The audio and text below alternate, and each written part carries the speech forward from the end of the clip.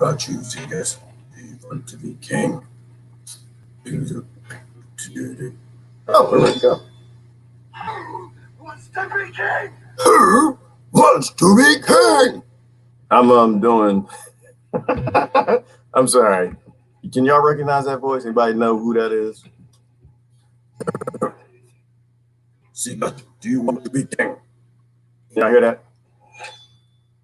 Who Wants to be king. wants to be king? Ragnar, y'all look like this is what a real Viking look like. Y'all sing right there, Ragnar, Ragnar, and he goes to his sons. Do you want to be king? Good morning, everybody. That's what a real Viking looks like. I've been doing Ragnar quotes this morning. That's probably I spent the day doing Ragnar quotes. Do you want to be king, Stuart? I'm supposed to be doing a show right now. I like watching the Vikings. Do you want to be king, Papa? This is what real Vikings look like. This is not what real Viking, right? This is not a real, right here. He's not real Viking. He's not. He has pants that were purchased at the mall. That's not a Viking. This is my people in the Capitol building. Good morning, everybody. Now they're trying to impeach the president. Bang! Trying to impeach your king. A lot of stuff is going on this morning. I want to talk to y'all about some stuff. I ain't gonna talk to you about it today. Oh, sir. Let me try this one more time. I tried to share this out to a page. Like, nope. They're watching me. They know what I was watching this morning. Come on, everybody. I'm not going to talk about that. Let me try one more time. See if this works. Ooh, nope. We're going to get that error. I'm trying to share it. Nope. See, that's all right. Nope. Not going to do it. We have walked into the age of the Democrat. They control the House, the Senate, your grandmama, the big house, and all of that. And everybody wants to get closer to master. So I'm not even sure we're going to talk about today, because we're going to talk about machinations. And so we're not going to talk about machinations today because, wow. Watch the last Corbett video. I guess I will not be showing that to you today. It's clear what they are up to. It is absolutely clear. Y'all need to spend a little time on the high wire. What's the name of the doctor? I'll mention the doctor's name. There were two of them. Right when the machination was almost ready to be done, two doctors stepped up to the microphone and said, "Hold up, damn it." They said, "Hold up, wait a minute, you got some cool in it." Hang on. I'm being stupid this morning. What, it was Dr. Yearden and somebody else. Hold on. Hold on. Y'all take too much time. And they made a statement. And they said, before you go forward with this. Ooh, I got to post something first before I do this. What is this? Before you go forward with that machination, you need to check 4 things. And those 4 things are very critical. One was the absolute most critical. All right, now what is this? People who can make Middle Eastern farmers and indigenous globe-wide look like terrorists before they control the media can now do anything. Amen. I'm going to post that. I got to put a comma somewhere. I have to put a comment here somewhere. Oh, and the global death statistics. Anybody got a link for that? I haven't looked at them yet. I most especially will be interested in what is it? Cardiovascular disease, all the sugar diseases, all the junk food related diseases. I'm curious. I want to see the numbers from 2019 to 2020 for cardiovascular disease, obesity, and diabetes, and maybe Alzheimer's, because that's diabetes type 3. I need to see all the sugar diseases from last year to this year because they like to hide numbers. And they said we made a little baby jump. That's all we did. That's what they said. Little baby jump. That's okay. We did that in 2016, a few other years too. But very clear, and the point still stands. Nothing significant happened this year. Nothing, absolutely, and nothing significant happened between 20. I keep mixing y'all little dates up. 2019 to 2020. Nothing significant happened. We just gave the elites more global power. All right, where's this comma go? Farm the indigenous globe look like terrorists. Put a comma. Okay, put a comma after terrorists. I'm sure one of the grand Nazis will get me like, no, that's wrong. You did it wrong. That's to say, good morning, everybody. How y'all doing this morning? Who is that? Sandra. Good morning, Sandra. How you doing out there? It's cold. You got down to the 20s out here last night. Morning, beautiful soul. Good morning, Daniel Duty. Did y'all see Harsh this morning? Did y'all see that bastard? Man, he went below the belt. He was out of line today. He was with face app. He was completely out of line. You're supposed to start off the morning light. He started off with just a blow to the jugular. Did you see he related me? I guess I might need to show you all this. We might go to the timeline because I know that I can't speak about the Corbin thing. Hang on. Where the little hearts and stuff? I don't even see that stuff. Like it's weird stuff happening. The big tech just blew it. They just got everything that they needed. They got a Viking, a fake Viking, a Viking. They got a Viking in the White House or in the Capitol building with a bunch of fake Trump supporters that ain't even really can't even spell Trump. From a false flag.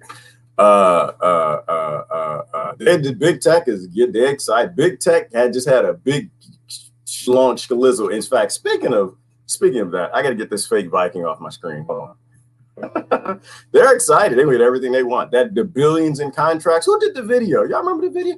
There's just so many lies you can't even keep up with it no more. Who did the video that showed that they were lined up to get billions of dollars in CIA contracts? Microsoft, Google, Facebook, like all the big tech companies. And now they got all their boys in there. They got the Congress and the Senate and the Master White House and they got everything. They got it on lock. And don't get me wrong, the same thing with the it was all Republicans. It's just who gonna get the big dollars out of people that's in it right now. That's the only thing they fight over. They don't fight over y'all. Like, no, and my party's not in. It's literally not your party. That's the only difference is who gets to retire a billionaire. That's it. So the big tech company, they're already censoring. Look at that. Oh, my screen is slow. I can't share it. I'm getting little funky errors. Oh my God. Yeah. Listen, y'all take your vaccines yet? Please make sure you get your vaccines. I was talking to a couple other live streamers about how we're going to exit before they come and murder everybody that we know and us. We're going to exit and tell everybody just, hey, listen, follow your state, trust your state, eat your sugar, eat your junk food, make sure that make sure that you defy the natural progression of the ecosystem by having synthetic immunity. Your government loves you, and welcome to Walmart.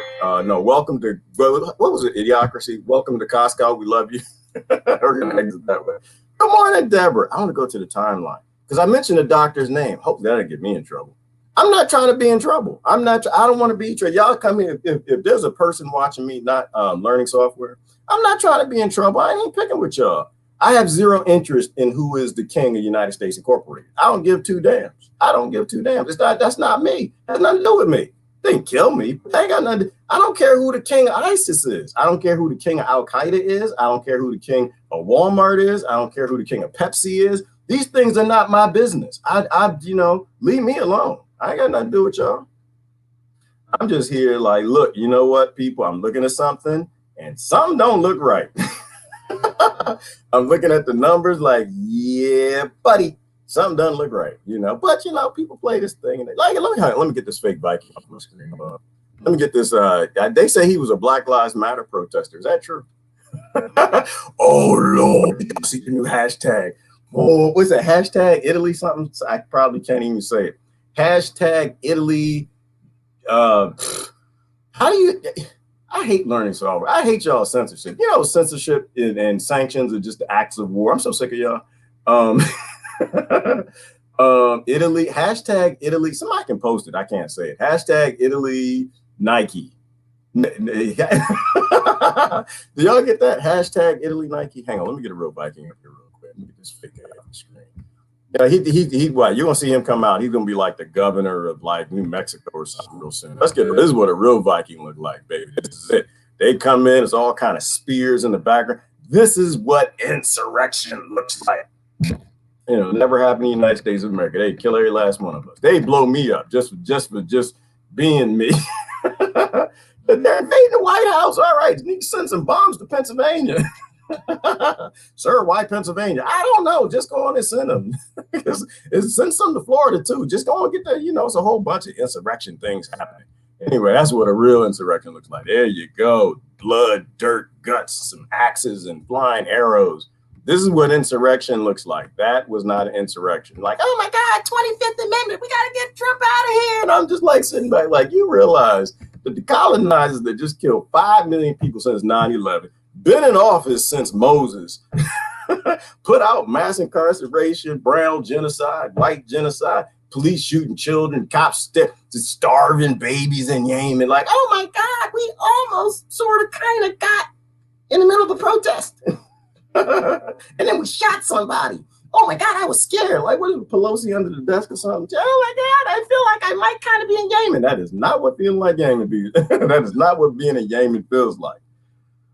Oh, Lord have mercy. I'm so sick of your cowards. Anyway, I'm gonna read comments. It's just that wasn't an insurrection, people. It was nothing. It was people like going down. Listen, we have a government. We got a problem with y'all. Y'all lied too much. You know, they went down to tell y'all that. You just didn't want to listen, so y'all went and hid under desks. And oh my God, they're so violent. Like the most violent government on the planet. Please don't open your mouth. Shut up.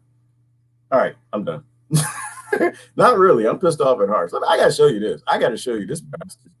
I don't know why you would do this to somebody. I think I have to go. It's not on my timeline. Hold on.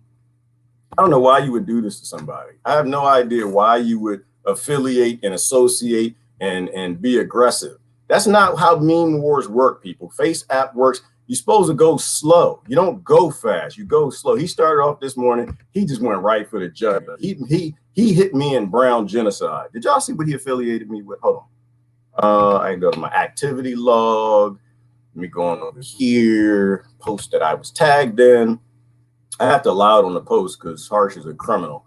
He's wanted in multiple states. Here you go, right here. Oh, Lord have mercy. That is so evil. Why would you do something so evil like this? I gotta show it to you. Hold on. If you're new, don't worry. This is what. Oh Lord, he did another one. Oh my God. Oh my God. People, I'm gonna have to go. Oh Lord have mercy. I'm gonna go pray for a little bit. Oh no, he did all of them. Oh my God, did y'all see this? All right, never mind. I'm not gonna. Oh. You can't see what I'm saying. I'm gonna show it to you. I'm gonna show it. It's just, oh Lord. I feel like we should pray this morning. Anybody want to pray? It's only day 8 in this day 8 of 2020, and we haven't even gotten anywhere yet. All right, I'm gonna try to be sneaky. I'm gonna be sneaky before I even get to Harsh. I'm gonna try to be sneaky. So can we do a little? Let me see if I can get away with a little bit, just a little bit, just a little touch, because this doctor has. Oh, it was so important what he said. And it's just news. It's just information. It's just information. It's just information. Nobody is making any statements. Nobody is saying nothing for sure. Nobody's saying nothing firm. You had 2 doctors when this thing was almost ready to go, and they just said, hang on, we're not sure of something. We would like to practice some science. And before we give this to people, we want to make sure that it doesn't do one of 4 things. And I feel obligated. I got to show it to you. Damn it. That's why I hate having a heart. Not a Harsh. I said a heart. Harsh has no heart. He is a creature from the 5th dimension. No, right here. It was the last Corbett. Some of y'all have already seen it, but the most important part was a 16-minute stint. You need to see it. You got to. Is it on the screen? All right. You need to see this. You need to watch this. You need to tag your friends. This is what we need to have. On the European Medicine Agency to halt the phase 3 clinical trials of the Pfizer mRNA vaccine until they are restructured to address critical safety concerns associated with this experimental technology. There is a petition now to try and stop the vaccine from being released in Europe and stop the trials in their tracks until some serious errors are fixed. The complaints are the dangers, of the potential dangers, if they are not rectified, of this vaccine. Let me very quickly just read through these before I bring on my next guest. Here are the 4 major elements that are being pointed out by Dr. Woodard and Dr. Yeadon.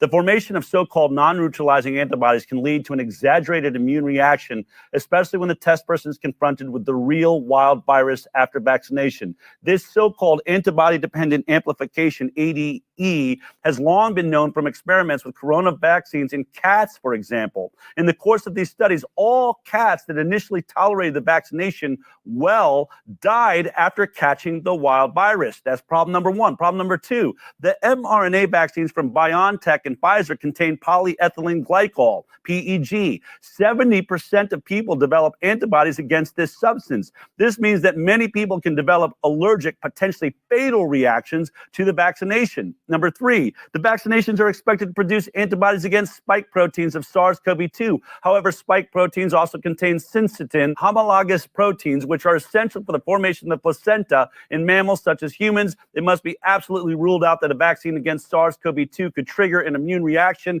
against syncytin-1, as otherwise infertility of indefinite duration could result in vaccinated women. And then lastly, the much too short duration of the study does not allow a realistic estimation of the late effects. As in the narcolepsy cases after the swine flu vaccination, millions of healthy people would be exposed to an unacceptable risk if an emergency approval were to be granted and the possibility of observing the late effects of the vaccination were to follow. Nevertheless, BioNTech Pfizer apparently submitted an application for emergency approval on December 1st, 2020. We've just updated you that vaccine has been approved for the UK as. All right, so now I'm gonna stop right there. Not going any further. So what was that? That was a request for science, and you probably got to take this man's face even off of that one thing. A request for science. 2 doctors are saying, look, here's a problem. And did y'all get what the most significant one was? Oh, Lord, this thing is, they got that. They heard his voice, that learning software, weird things are happening. This might be the last day, which is okay. We need to focus on this. The fact that if you can make on accident, accident. Let's say that you're rushing. Let's say that, I'm going to try to be positive here for a minute. I'm going to try to be positive. Let's say that something happens in China. A bunch of people get scared, which, by the way, China's back to normal. Everybody's fine. They don't need none of the machinations or nothing like that. And so is Sweden, but we got to see their numbers. Global fear kicks off. Everybody's scared. Everybody's fearful. Say it's an election year, right? And you got these things called United States Incorporated employees, which you call them politicians. They're just employees of a massive corporation, like the East India Trading Company. And fear kicks in. People are scared.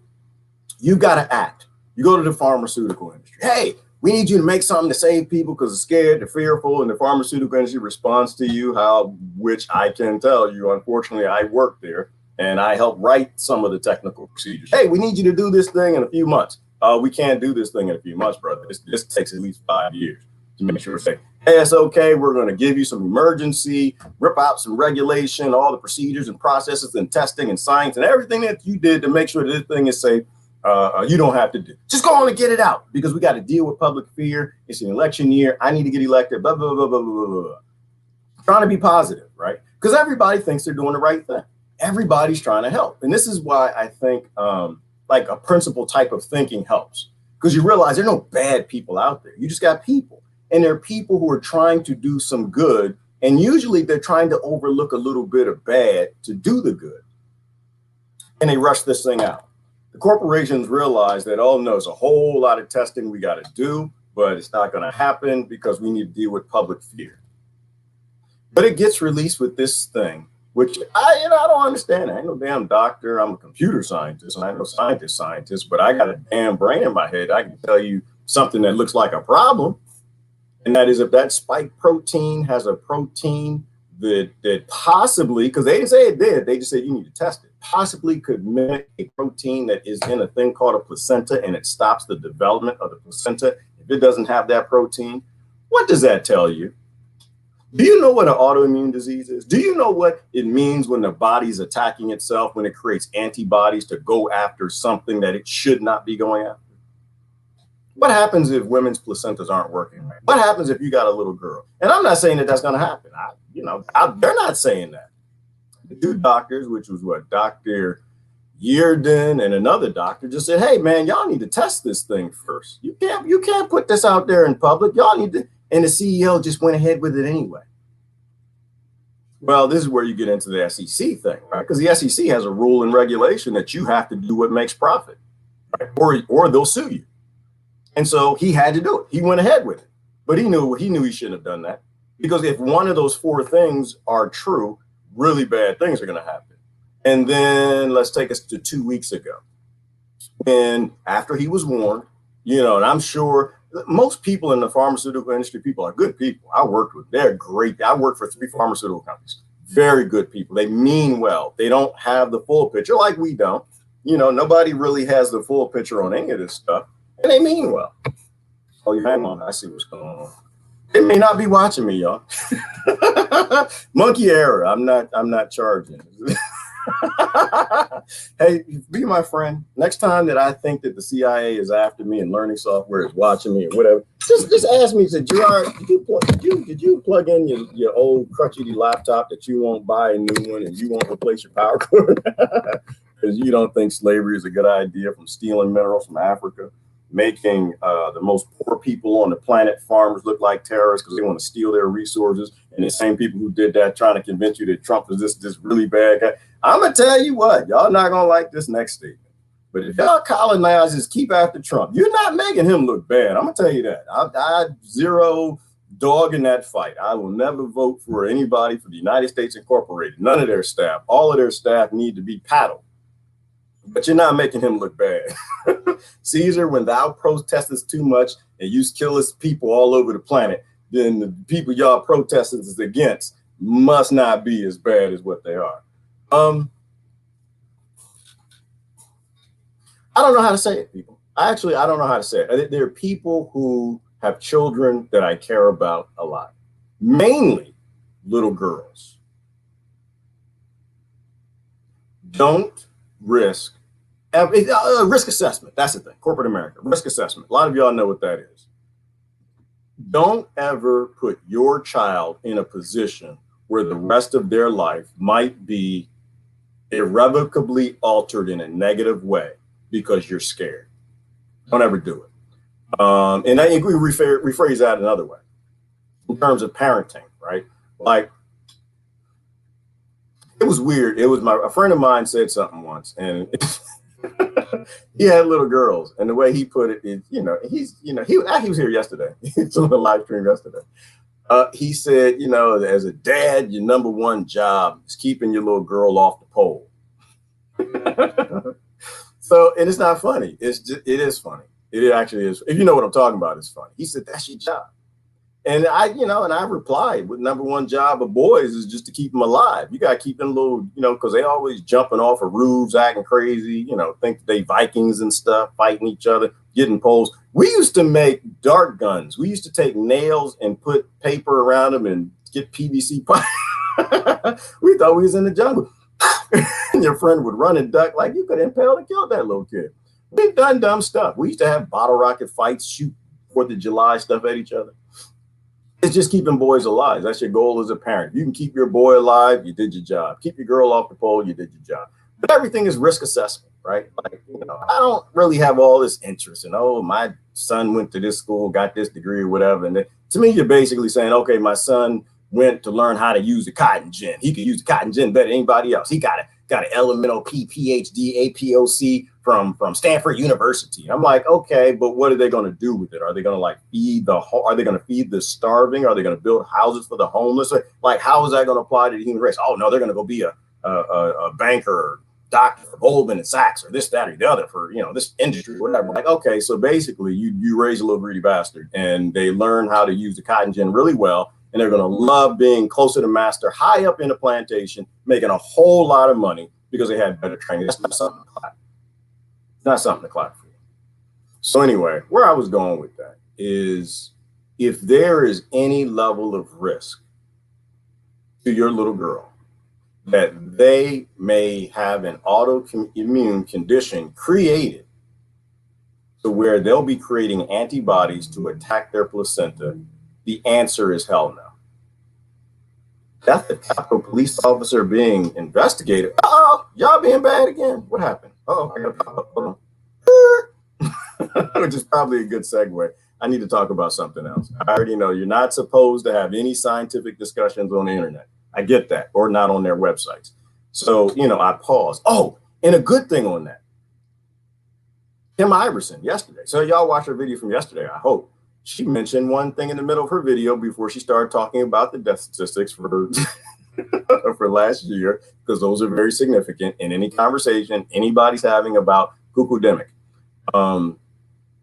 She said there are things that we can't say, and just left it at that, right? And she didn't say it that way, but she said it quite clearly that you have to take everything with a grain of salt. It's just like, oh well, Gerard is CIA because Gerard won't talk about this, right? And it's just like you understand that that's not how this works.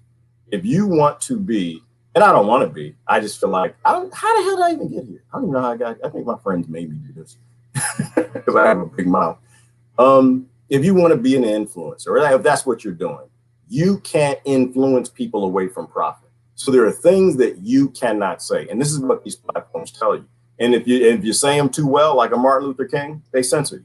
Martin Luther King effectively was censored. JFK effectively was censored. They got too good at what they were doing, and so she said that in her live stream yesterday. She said, you know what?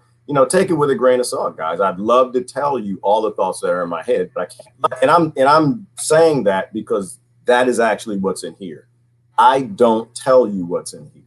I tell you what's in here in a way that I think will allow this voice to continue until it can't continue anymore. So it's a good segue. What happened? Oh, well, so on the whole invade the Capitol thing where, insurrection 2021 was not an outside job.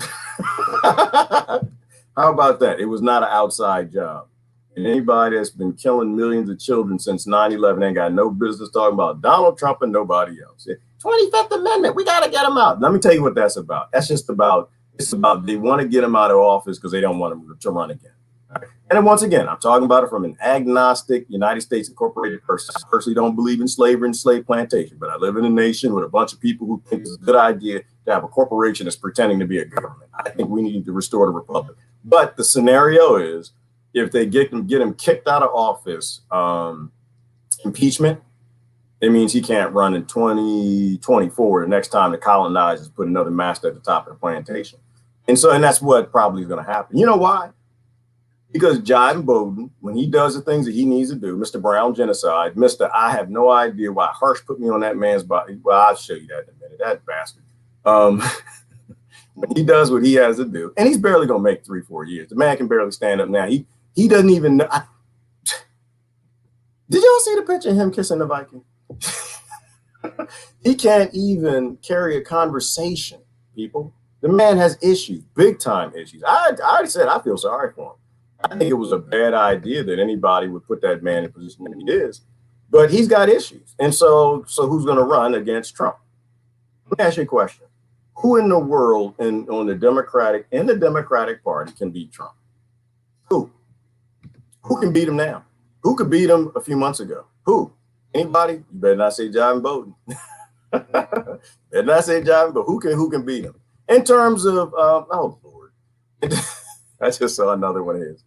In terms of, oh my God, he put me on a thick woman. Oh, hang on, I might have to look at that one when y'all not around. Hold on, Harsh is crazy. Look at this. Who can beat him? No one. Who has the following?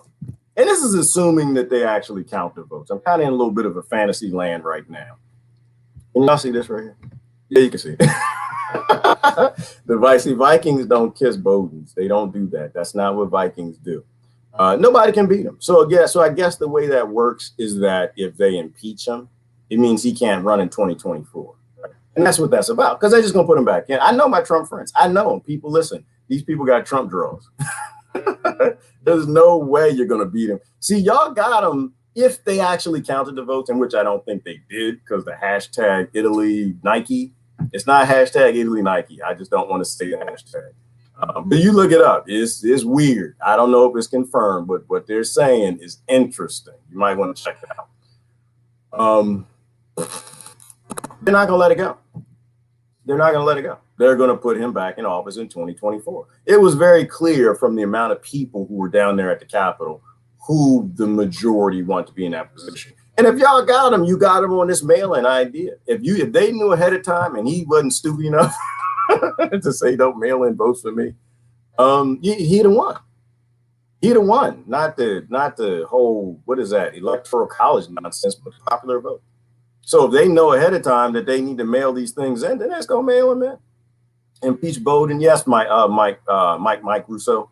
That's what they're going to try to do, because that's how this narrative goes, right? It's like, you know, you put somebody in, it's a hokey pokey. We did the hokey pokey yesterday. I'm not going to sing it today. They just keep doing things to keep everybody entertained, right? So we don't focus on the homeless. We don't focus on people that are dying. We don't focus on the disease management system that needs to be a health and nutrition system. We don't focus on the fact that we can end, you know, immigration problems by not blowing up other people's countries. The fact that there are no global terrorists out to get us. There are no viruses out to get us. We're just diseased and very sick. We don't focus on anything important because they get us focused on that. Now y'all gonna pull me out of the trying to hit politics like nothing. Yeah, this was bad because early this morning I logged in, and this is what this man did. It's funny, but it's horrible. It's evil. It's dark and it's evil. Hang on. No, he did it last night. Dang, he did it last night.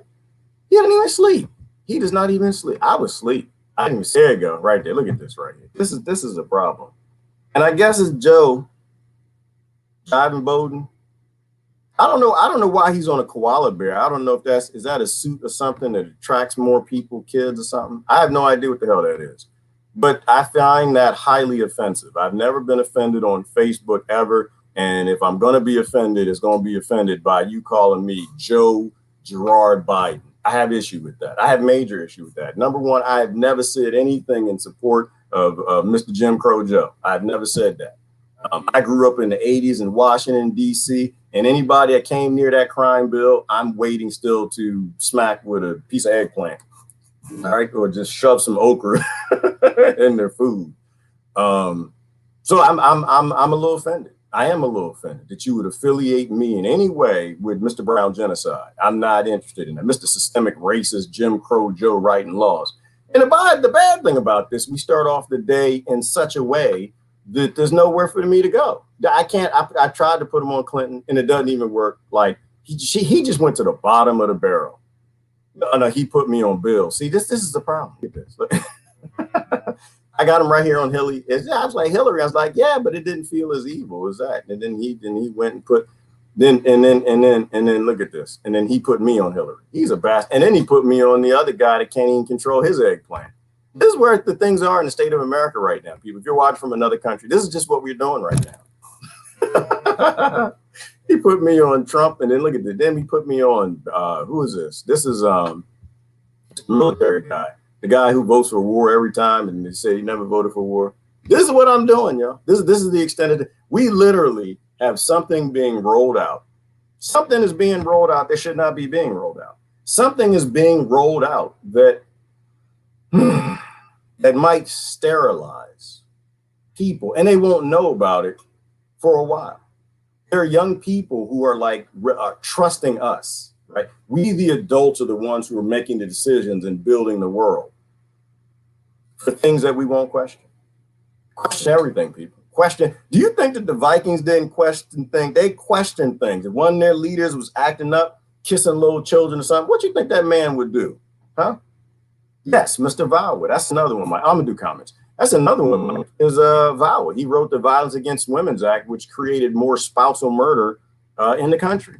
This is a sick man, you know. But I get it. It's just because they convinced everybody that he's racist, and they played it over and over and over and over and over and over and over. I feel like I got to show you the beginning of the Corbett just to help people to realize how deeply they brainwashed people. And they activated those mirror neurons to make you think the most evil thing on the planet was Donald Trump, not the United States Incorporated. It's that old bait and switch, right? They get you to focus on something that doesn't really matter, so you'll support things that shouldn't even exist. All right, let me do some comments, and I'm gonna keep going. Come on, everybody, how y'all doing this morning? Woo! Trying to have a little fun, but it was serious. If you watch the whole Corbett, it's pretty damn serious. Anyway, just another false flag. Stay strong. It's just they're all false flags. Live streams are really effed with lately. Yeah, they are, Sandra. They are. And sometimes you don't plug in your power and your laptop is old. That kind of jacks things up too. But we know this is temporary, right? So I was talking to Sean Yankee about it yesterday. He said, everyone, any live streamers out there, you got to have your own site. Or anybody who believes in the truth. Anyone who believes in posting what is true and helping other people with what is true. You're going to have your own website. Big tech is now, they're excited. They, for the last couple years, they've been trying to get them used to it. They've been trying to get them rectified, and now they got the people in law office that already promised those billions in contracts. There'll be no truth coming out of America. If you live in another country, don't trust anything that you see coming from America. If you live in America and you watch the American news, or you get your news from a social media platform, you're a fool. Why isn't it Violence Against People Act? VAPA. Well, everything is, Mike Russo. Everything is violence against the people. That's what corporations do. It's not that they hate us. They don't care. The United States Incorporated, it's just a corporation. It's just apathetic. It doesn't hate us. And it doesn't wish violence or ill upon us. It just has profit to make. And we happen to be in the way of profit because we like to eat fresh food. We like to breathe air. We like a little bit of freedom and don't want to work. For billionaires on slave plantations. Anyway, when Duck Dynasty took over the WH, it's only just the beginning. The World Health Organization, did the Duck, what is WH, Daniel? I would love that. I would love, because I saw like half an episode of Duck Dynasty once. And if you get people that play with ducks in ponds and they got all kind of biology around them and stuff, their immune system's strong and work, those are people qualified to talk about global health. Those are people evolving with the ecosystem, not the synthetic people that got drugs and synthetic things to sell you that's going to separate the human race from nature, which is going to make us have to burn and destroy most of nature. Oh, I'm sorry. I tried not to, but you just pushed me. I have to show a little bit of this Corbett because he talked about evolving nature, us, the Harkonnens, y'all going the way of synthetic people that believe that you can separate and destroy nature. There was something in the beginning I do got to show you. Damn it, Mike. What do you remind me of? This is how this goes. If you're new, it's just a discussion. That's all it is. I'm going to get down into the comments, but there was something about separating the human race from nature, basically sterilizing the population, warning people that these things need to be tested. And it's not like they didn't tell us. They told us all of this. So all of this is news. None of this is, all right, I forgot what it was. I'm going to keep it going. Oh, there you go. That's it right there. The very beginning. I'm sorry. The new normal. That's what I want to talk about a little bit. The new normal. We need to really have a conversation about the new normal the old psychopathic guard wants to create for us. And this is the beginning of the video. Started off great. So I do want to show this to you. That's not it. That's not it. That's not it. Hang on. Trying stuff. Good morning, Danny. How you doing this morning? Right here. The new normal. You have to consent and agree to this, people. They can only do it if we let them.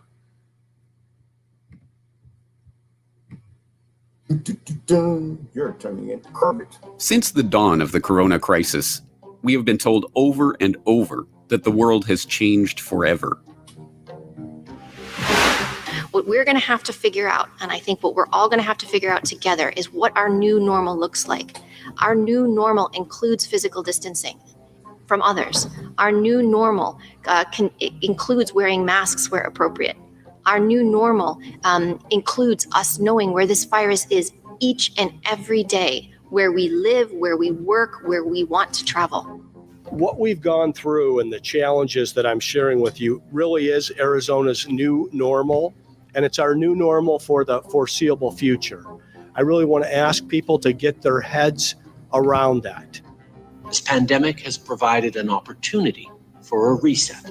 This is our chance to accelerate our pre-pandemic efforts to reimagine economic systems that actually address global challenges like extreme poverty, inequality, and climate change. This new normal with which we are being threatened brings with it great uncertainty. Uncertainty over work, uncertainty over travel, uncertainty over what our lives will look like on the other side of this great reset. Pause there. And so it's uncertainty for you. It's not uncertainty for them. They know, they're certain. This is the ability to choose who lives and dies, right? Like that's what this is about. This is about total global control. I love the first lady who was World Health Organization lady. And she, what was her point? She was like, well, this is going to be a new normal. And so the whole future is going to be you social distancing, right? So I want you to think about that and process that for a little bit. The idea that you can't go to the movies no more. It's like, no, but they said when we get the vaccination, we can go to the movies. Do you think so? These people are preparing you for the new terrorist. The new terrorist is your neighbor. The new terrorists are your children. The new terrorists are your friends and your cousins. They need you to be scared of other people. And they actually got a lot of people who are really scared who believe this crap, right? So the new normal is everybody is your enemy unless you do what the state tells you. They have the perfect terrorist now in a little piece of bacteria that they still haven't isolated. Ain't nobody found it since nowhere.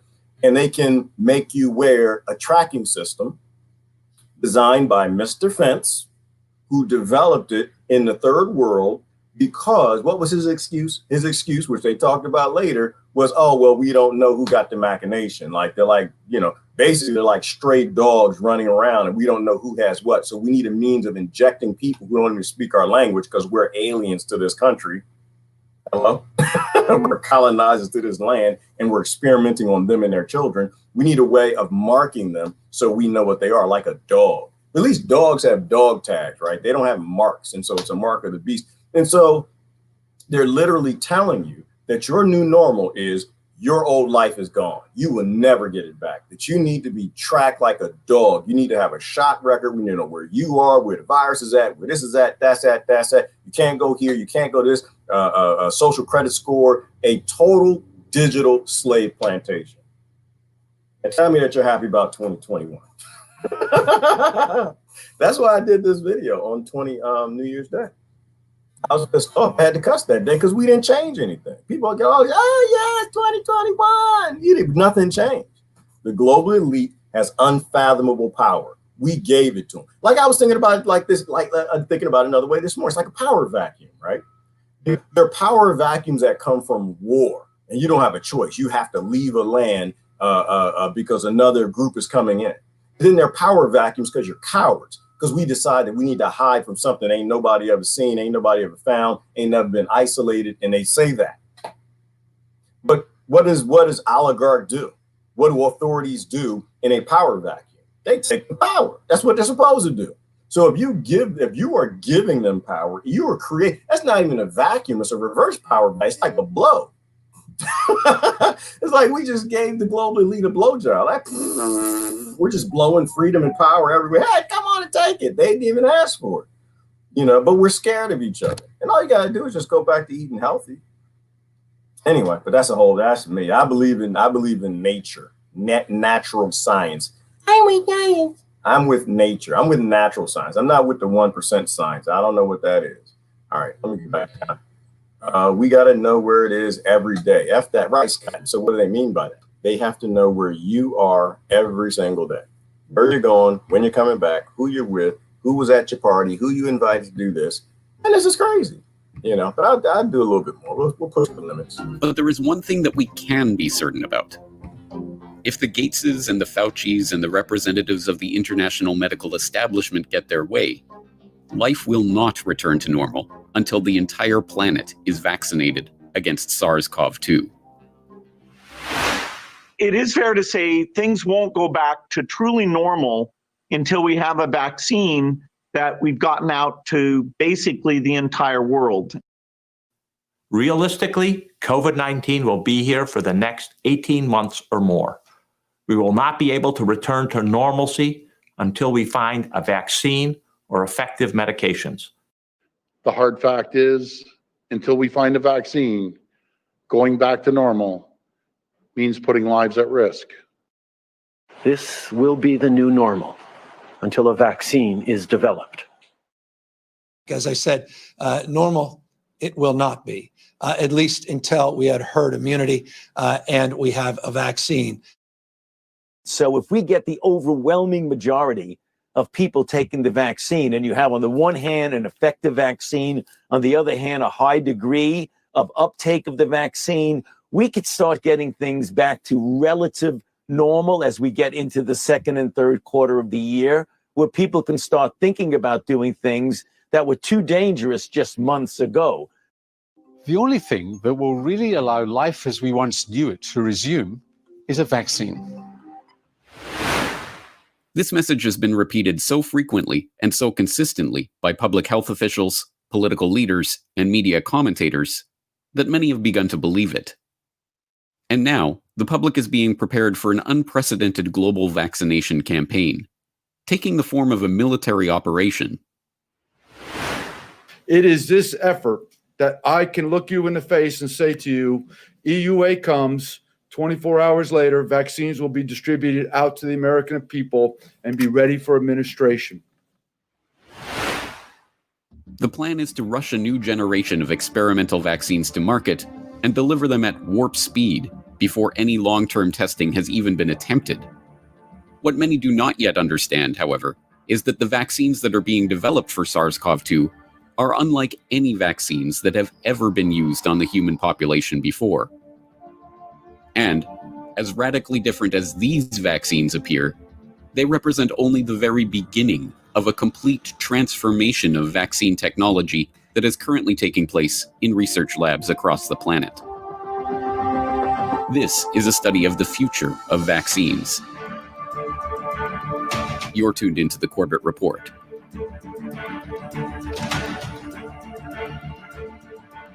For almost the entirety of 2020, a traumatized public has been told that nothing resembling our pre-corona lives will return until there is a COVID vaccine. So it is no surprise that the same media sources that have been promoting this talking point would celebrate the hopeful pronouncements of the big pharma manufacturers regarding their COVID vaccine candidates. Welcome back to Squawk Box, everybody. We have some breaking news from Pfizer. Meg Terrell joins us right now. Meg, good morning.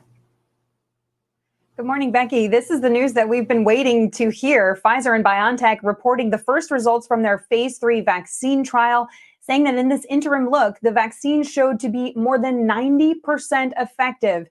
Well, we begin with breaking news this morning. The push to find a coronavirus vaccine. This morning, Moderna says its vaccine is more than 94% effective. Vaccine headlines are rolling in. One of AstraZeneca's doses stopped an average of 70% of patients from falling ill, and that even rose to 90% with additional regimens. Now, the head of the government's Operation Warp Speed is saying that, quote, hopefully vaccinations in the U.S. will start in less than 3 weeks. But lost amid the hype of this media-led celebration are some sobering facts. Firstly, these news stories were not generated on the back of publicly accessible data, but literal corporate press releases. This announcement by press release style of corporate self-reporting was immediately exposed as a sham when AstraZeneca was found to have given an unintentionally lower dose to one group of trial participants, and then touted the results of that smaller dose group without clarifying the confusion. I'm not really sure what to make of this AstraZeneca Oxford trial. There's confusion about whether it's 60% efficacy, whether it's 90%. What exactly happened? Well, it is a little bit unclear, but let's start with what we think we know, which is some of the patients that were in their phase 3 clinical trial ended up getting a half dose of the initial inoculation. And it turns out that the group that got that half dose followed by a boost had a much higher rate of protection from COVID-19 disease than the group that got the dosing schedule that the company wanted to give to everybody. Secondly, the success of these vaccines is not being measured by their ability to prevent infection with SARS-CoV-2, as many in the general public believe, but merely to lessen the severity of the symptoms associated with COVID-19, like coughs and headaches. Do you anticipate that the first sets of vaccines out the door will be more of a less effective blocker of the virus? Well, that's a great question, and that's the primary endpoint of most of the virus, is to prevent clinical disease, to prevent symptomatic disease, not necessarily to prevent infection. Thirdly, the studies are touted as involving tens of thousands of people, but in Pfizer's trial, only 170 of them were reported as being diagnosed with COVID-19 during the trial. Of those, 162 were in the placebo group, and 8 were in the vaccine group. From this, it is inferred that the vaccine prevented 154 of 162 people from developing the disease, or 95%. But as even the British Medical Journal points out, a relative risk reduction is being reported, not absolute risk reduction, which appears to be less than 1%. Fourthly, the trials are still ongoing. Although several countries have now issued emergency use authorization, allowing these companies to begin distributing these vaccines to the public, the stage 3 trials of the vaccines are ongoing.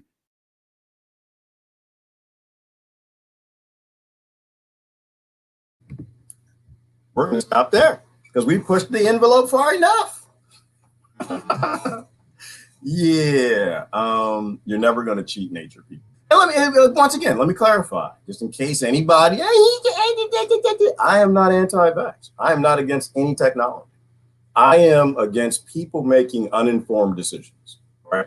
So if you feel that this will save you, you need to take your butt out to I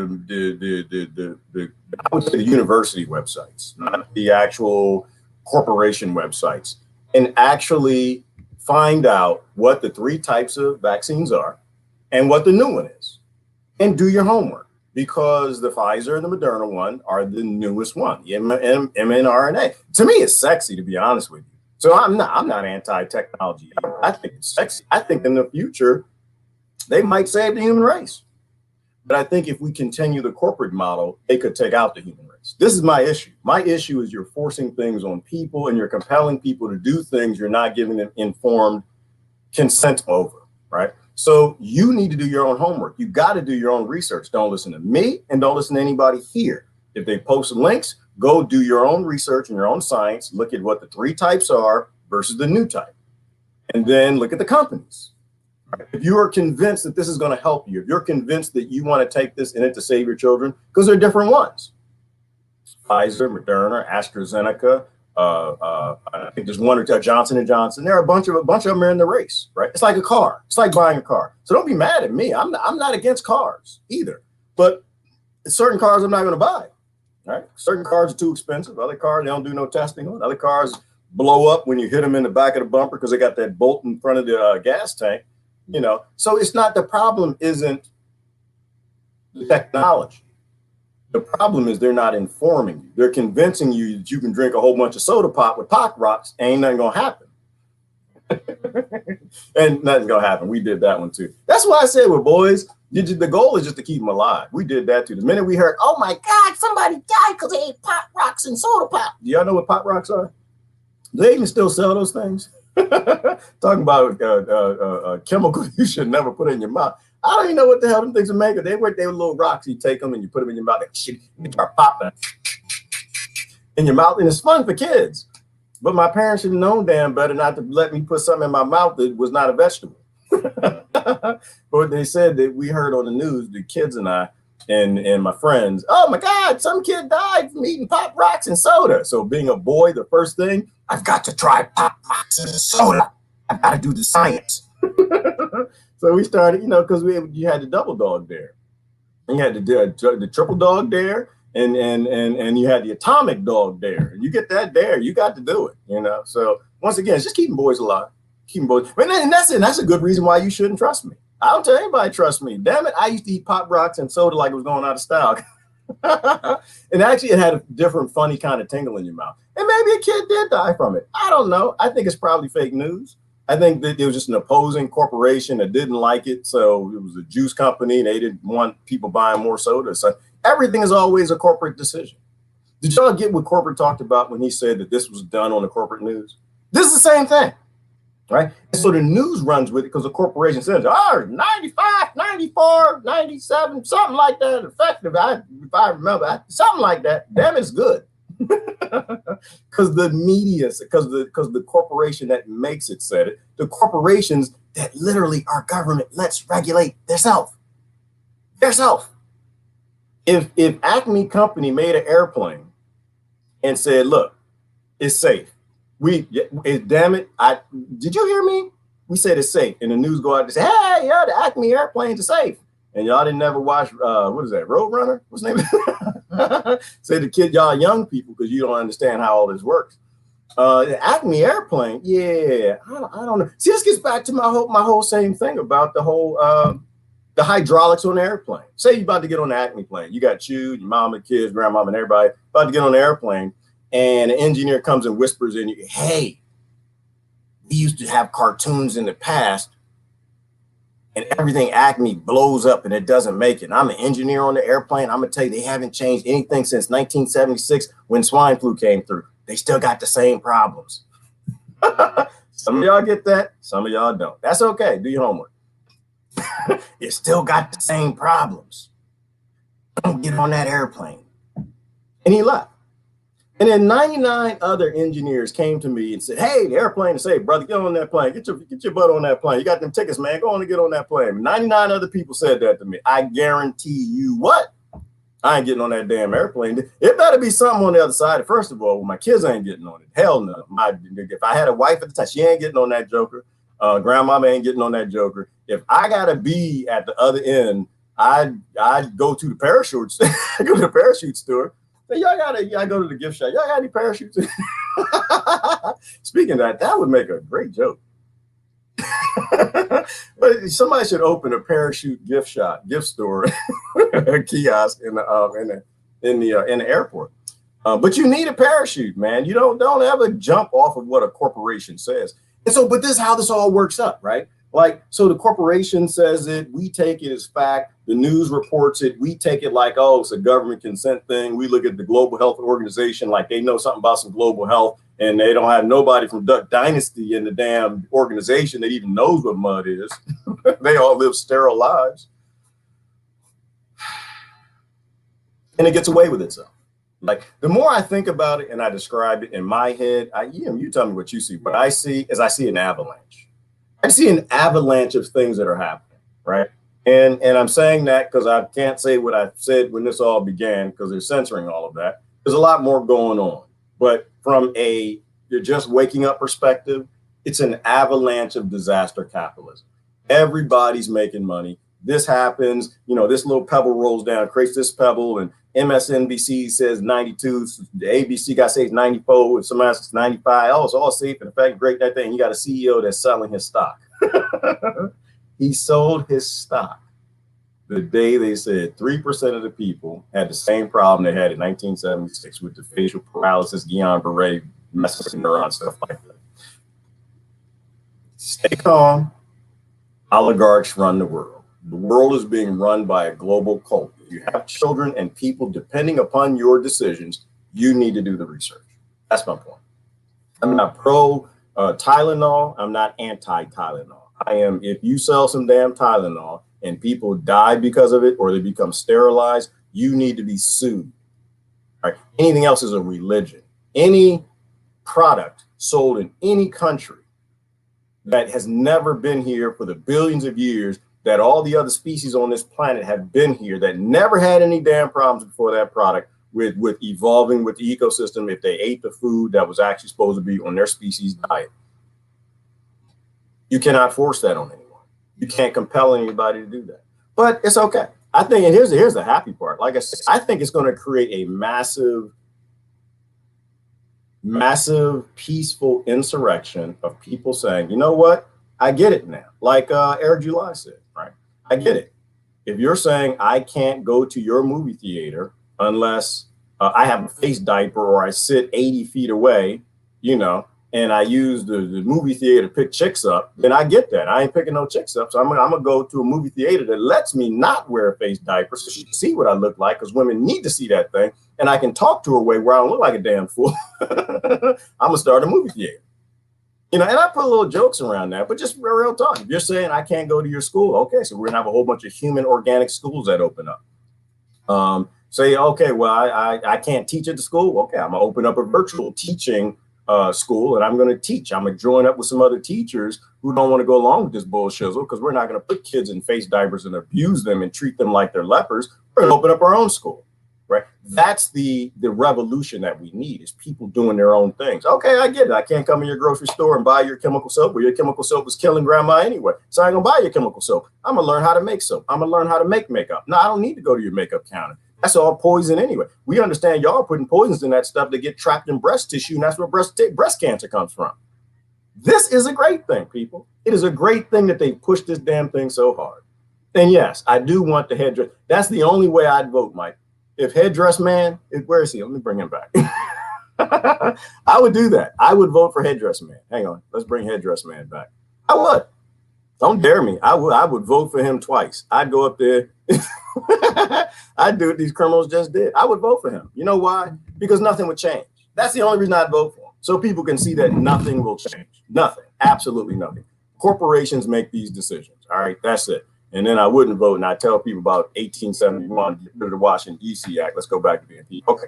Hola, monkeys. Good morning, Patricia. All right. Did y'all see that? Oh, yep. That's it right there, Daniel. That's it. I can't. Well, they can probably read it, but you didn't do the hashtags, so they probably don't regulate it. Listen to what he's just typed. But first, you got to read it first. And it was pretty damning. I don't know, Daniel, if that's been confirmed, but it's highly interesting. And if I were in power, that's probably what I would do. That's why I'm saying that, listen, I'm not no Trump supporter. Got people, you can say anything you want because I don't like your criminal. Doesn't mean I like their criminal. But I can tell you this, if the global criminals don't want that man to be the president, I find it interesting. It's interesting. I won't go far to say supporter. I've supported things Donald Trump has said. I've supported things that Barack Obama has said. I support things that Bernie Sanders has said. I support a lot of things that people say. I don't support people. I support my species. And if you're killing and murdering my species, then I have an issue with that. If you're dropping bombs on babies all day long, but you're telling me Donald Trump is the greatest threat to the human species, you're ignorant and you're a fool. And you're going to get a lot of people killed. Don't go to the world's most violent corporation that's pretending to be a government and ask it who the problem is. If you trust that, then you're the problem. All right? The problem is us. It's not them. They're a corporation. They're doing what they're supposed to do. You're the only one not doing what you're supposed to do. You got babies at home that trust you and they depend on you and they accept you to keep them from the monsters. Like, oh, here's a good example. Great example. The parent sitting at home and the night terrors, right? Your baby, scared, screaming. Like, say it's the first time your child does it. I don't know, say they're like 6. Think of your little baby as 6. If you ain't got no babies, think of your niece or your nephew or somebody staying in your house, because they went on a vacation because they sick of them, the parents. In your sleep, and she's kind of scared, or he and sleeping in the bed. In the middle of the night, you hear them screaming like terror. Do you jump up and go do some research? Do you go try to save them from the monsters? Do you get there? There's a monster in the closet. Do you open the closet and say, there ain't no monster in that damn closet? If it was, I'd get it, right? I'm going to keep you safe. There's monsters in this world after you. It might be under the bed. What do? You look under the bed. Look, come here. Let me show you. Get down here. Look, ain't nothing under this damn bed. Look, just dirty shoes, some pizza, a little piece of something. That might be some mouse droppings. Something. I'd need to put some traps out. But look, ain't nothing under this bed that's going to hurt you. The mouse just jump on you and keep on going. Real talk, that really happened. I told that story before. My son's cat was broken. It didn't understand that he thought mice were friends. But the point is, they depend on you to protect them. That's your job. It is your job to go do research, not watch the freaking television and let for-profit news working with for-profit disease management companies tell you what is safe for these children that you will let somebody inject into them. All right? You got to do that research. You have to protect them. There are a lot of monsters out there. And if you're old enough, they ain't under the bed. They're not in the closet. They're in massive corporations and they're in things called governments. All right? It's on you. It's not on them. It's not MSNBC's fault that you give your child paralysis. It's not CBS's fault that your child ends up sterile. It's your fault. It is your obligation to do your own research. If you listen to me, once again, you're a fool. If you listen to Jimmy, it's still your fault. You have to go do the research. Going back to ancient times, right? The kids want to go play in the cave. Don't let kids go play in the caves. Bears live in the damn caves. Say no, MSNBC say ain't no bears in that cave. Y'all going in there. Go on in the cave and play. No, do your research. My kids hey, Dad, one of your friends online, the Costellos, is a family. They said we can go stay there for the weekend. Hell no, they got alligators in their backyard. You ain't going down there. I did my research. I understand. Then people got monkeys and alligator. Costello, y'all see, it's Rebecca here. I'm talking about. She ain't scared of nothing. She's a thug down there in Florida. Hell no, you can't go down there. I did my research. Down in Florida, it's alligators in Florida that eat people. Babies at Disney World, just playing by the water. No, you can't go down there. Do your research. If you're going to Disney World, and you got some young people you're taking, young people that still got pacifiers, well, you don't let them to walk near the water. Why? Because they got alligators down there, and apparently Mickey Mouse don't give two damn about it eating your children. They not gonna watch your kids. It's your job to watch your children. They depend on you until they turn 26 and they got fully formed frontal lobes and they can look. They have enough history, data, and can process that information and understand that oligarchs oligarch, criminals criminal, thieves, and corporations lie to make money. All right, I'm done. I feel like I'm yelling. There's a little emotion in there. There's a little bit this morning, y'all. There's a little bit because I need to send this amount of information to a person in my family. And it's a person that believes everything that these criminal corporations in the pharmaceutical industry, criminal industry, let's put it that way, criminal industry, what they say. But the pharmaceutical industry is full of beautiful people.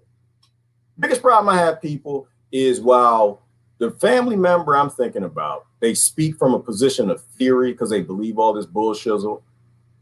They didn't work with the people that actually make these things. That's what I would encourage you to do. I would encourage you to ask a doctor. I wouldn't encourage you to ask your doctor. I would encourage you to ask a doctor, not somebody that you are under contract with for Rockefeller medicine, allopathic, for-profit, disease management medicine, and ask somebody that you're not under contract with.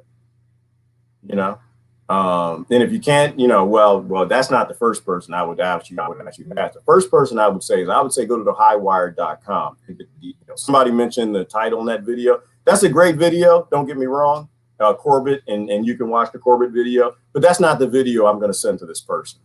I need to go get Dr. What is it? Hang on. What are the doctor's names? I put it on my thread.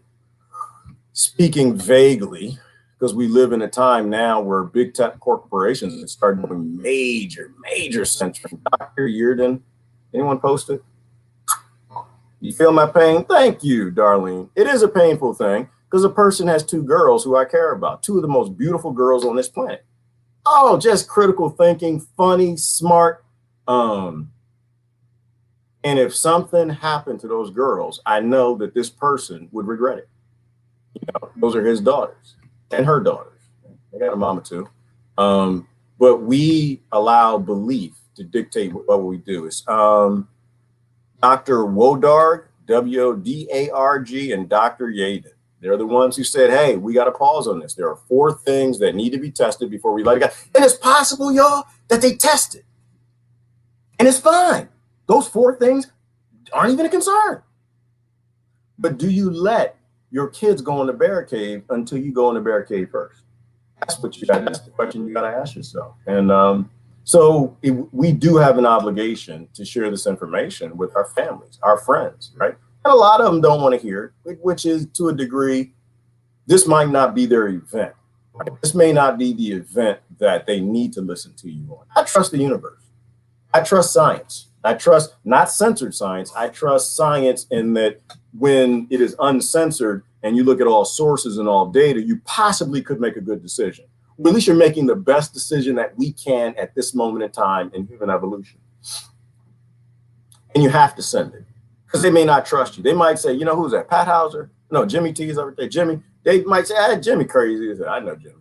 Because that's what my family, he crazy as hell. And I just like, y'all don't know how to read. And I worked in the industry with the people who create these things. And these people say the damnedest things when nobody else is around. They don't say it in front of their bosses, their supervisors. They're just doing the job. And they won't damn sure say it on the news. But when you are working with these lab techs and they know what's going in this stuff, they say the damnedest things. I only know about 6 lab techs that work on that technology. One I know very well, 0 interest in the product. 0, it's just a job. But that person had integrity and that person left the industry. And I met 2 about 2 months ago. I think I mentioned that in the video. I ran into him. And I was just, because I have these discussions all the time. I try to trick people into talking. I appreciate Danielle St. John. If y'all don't follow her, y'all should follow her. She may not be posting much lately. I think she was on that border Trump thing. I don't know if she's a Trump supporter or not, but she doesn't like colonization, and he's the baby colonizer in the conversation. But the first person I heard her from face diaper. I use that. That's how I start conversations. Hey, how you doing? How you doing? Hey, we haven't seen you in a little bit. I don't know who you are. Who are you? You got your face diaper on. I can't even, And it's funny, and everybody laughs. I would say 99% of everybody I've ever said, hey, I can't hear you got your face diaper on. They laugh. And it kind of breaks the ice. And then it starts a discussion. So I did that with two people. I didn't know they were lab techs, some pharmaceutical company. And I just started talking. I just said, hey, okay, real quick. Because I'm, worked in the industry. We kind of threw some things back and forth. And I stopped and I said, okay, well, let me be, just be blunt with me. Tell me something. Are you going to get this? And they looked me right back in my face. And they said, we know how they play with the numbers and we know what they put in these things. No. Two lab techs that work on these things. And they went further to tell me that, because they talked about statistics. What he just showed you in five, these are things I heard about in the pharmaceutical industry. And I don't even completely understand today. It's not my field. I'm a computer scientist, right? I am the guy that they complain to because what's going into things. But how they play with the statistics. I did that. I've done that for my boss, but we won't go there. They talked about that. Then they talked about their CEO. They wouldn't tell me what company they work for, which is good. I don't really care. It's the same thing in all companies. These are good people who work for the companies, but it's the industry that's sick. They said that their CEO of their pharmaceutical company just had a town hall meeting, which we know there are quiet things that they say behind the doors, but then there are things that they will say in a town hall meeting to all 20,000 employees. And this CEO, and maybe one of y'all work for this company. I don't know the name of the company.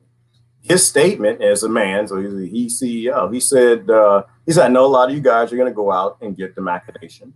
He said, as far as me and what I would recommend to you is that you not be the first one. Don't be in the first batch. Right? And they know that. I know that. The people who work there know that. You can spend 5 years and capture, and this is in defense of the pharmaceutical industry to a degree, or the people who work within it. I'll say it that way. When we create procedures, there's no conspiracy. We're trying to make sure that this thing works the best way that it can and it doesn't hurt people because people believe they're doing the right thing. People want to do the right thing. Nobody is sitting in some dark laboratory in the pharmaceutical industry. I'm going to create something that's going to sterilize people. The only one that's doing that got glasses, and he's all over Africa. And you've got about 12 countries that are actually after him for maiming over 500,000 children, and he hasn't been arrested yet. That's another discussion. I think even he's trying to do the right thing in his own little sick, maniacal way. Everyone's trying to do good. But when they create a procedure that says it takes 5 years to make this thing safe, there's no way you can cut that down to 4 months. No way. And so what do you say to people who are with these comorbidities, who's listed in that? You tell them the truth. The truth will set you free of a comorbidity that will end up being a statistic. If you eat trash, you're going to die. And this is when I stop playing with my family, and I just tell them like that. My brother's pissed off at me right now. He's going to have to be, but I love him. And I love the older people in my family. And I'm not going to sit there and bull crap with them because they're Americans love their drama. And that's the other thing to people who are international. I understand Americans love their drama. There's something. Americans hate their lives. Like we live in a slave plantation full of artificial scarcity. And when something happens new in Monkey Town, people want to run with it, right? But to me, my holdup is, when people are dying, you got to get serious, right? I call it a hoax. It is a hoax. Not a hoax that people didn't die. It's a hoax that they're hoaxing up details because they want to sell you and get you to take a product that's not ready for prime time, and they're not being honest about the numbers. And the damn sure ain't being honest about the causes. Why? Because all that's subsidized. Glyphosate, sugar, the farming of inorganic, unhealthy food that starves your immune system so that you die from the common cold. That's why I do this, is because, You know, I love people. I'm supposed to love people. I am people. We are all connected. We're all one. If you're sick and ill, that vibration affects me. I don't want you to be sick and ill. I want you to be healthy. So, you know, so I'm telling my family how it is, you know. Hey, I love that person, but you know what? That person eats trash and that person's going to die. There's no pharmaceutical industry in this universe that can save them. If they're eating potato chips and donuts and bagels and Twinkies and apple pies and bread every time that they can, clogging up their villi, frankenwheat, and their white blood cells, their immune system has no power to fight back. For those of y'all who don't know what a white, and so if you don't know what the immune system is, look it up. Like, and maybe it's me, I'm a geek. To me, it's fascinating. It's why I love technology, and I don't have an issue with any technology. That includes GMO, maybe even pesticide. Pesticides, way out there. It's kind of the research is kind of done on that. You got that stuff in everybody's aquifer, and everybody's pissing out the 9 to 11 popular pesticides in this country because you ain't got an EPA that's EP or AIM. But it's fascinating technology. But unfortunately, that's what you have to do. You actually have to go research it yourself. The days are over of people holding your hand. I don't want to be a doctor. I hate doctoring. I don't like the sight of blood. Unfortunately, I'm a parent. I don't have a choice. I'm an uncle. I don't have a choice. I've got friends and cousins and people who depend on me, and I got to do my part in all of this. And that includes research, not watching damn television. It is a for-profit media station that's making profit from the biggest companies on the planet that sell drugs. They're not going to tell you the truth. They're not going to do any news that defies their advertising. It is that damn simple. Products that work, they don't need commercials. Products that are safe and effective, they don't need global hoaxes and scams and fear and war rooms and fear mongering to get people to buy that crap.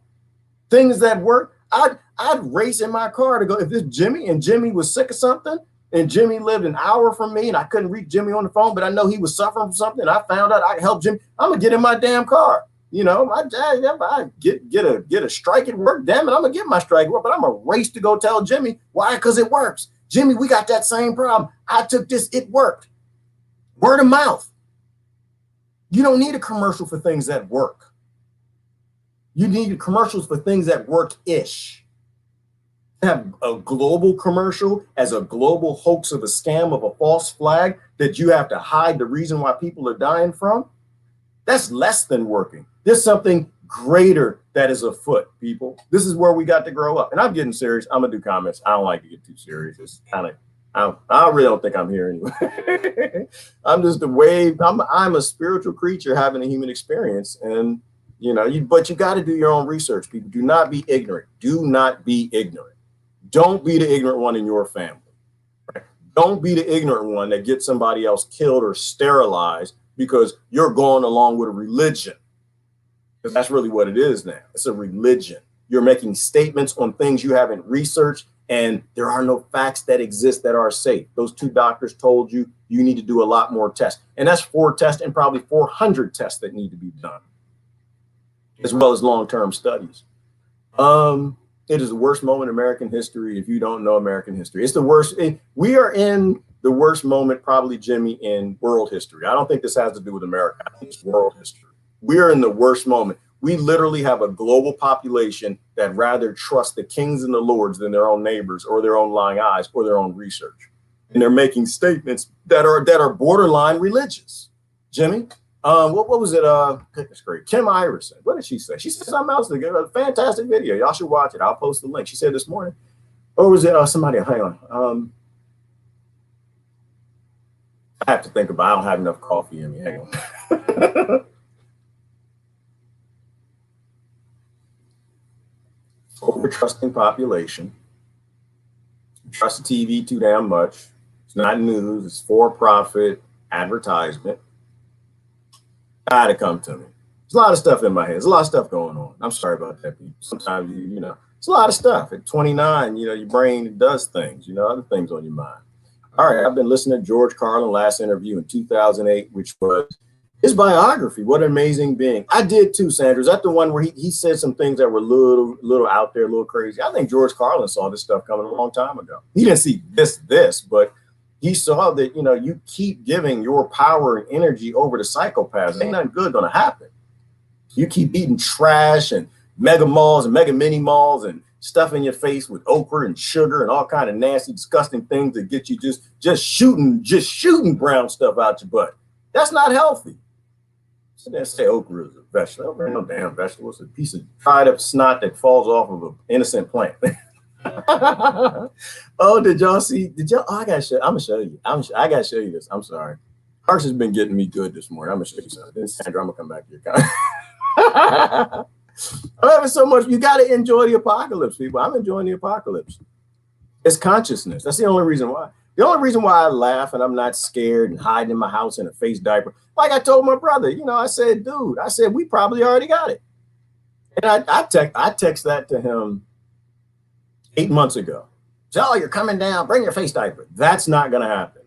We probably already got it a long time ago. And he was just thinking, oh, you got the flu. Oh my God, you were sick. And he texted me this morning. And he said, but you said yesterday that you said a few months ago, I still got the text that you got sick. I said, I got the flu. I don't get sick. I haven't had any symptoms in over 15 years of a cold, a virus, a flu, or anything else. And that is why I'm a believer. Because to me, it's not theory anymore. The human being is not supposed to be sick. We would not have survived evolution if we were able to be made sick. The only time we get sick is when we're poisoned. Evolving people, we had to run from short-faced bears and velociraptors and tigers and wolves hunting us. We didn't have time for sniffles in the food. There wasn't no tissue back then. Damn it. You had a woolen sheet or something with your friends. You had a book out, you can wipe that joker and get to fighting, get up there and grow that food. And then Tink, he wear your sheath the next day. No, we didn't have time to be sick. We'd have died a long time ago. The human body isn't supposed to be sick. Ain't supposed to be stupid either. I can show you this one. Oh, I love it. Yeah, speaking of okra, you have to laugh, people. You got to laugh through this stuff. Stuff will kill you.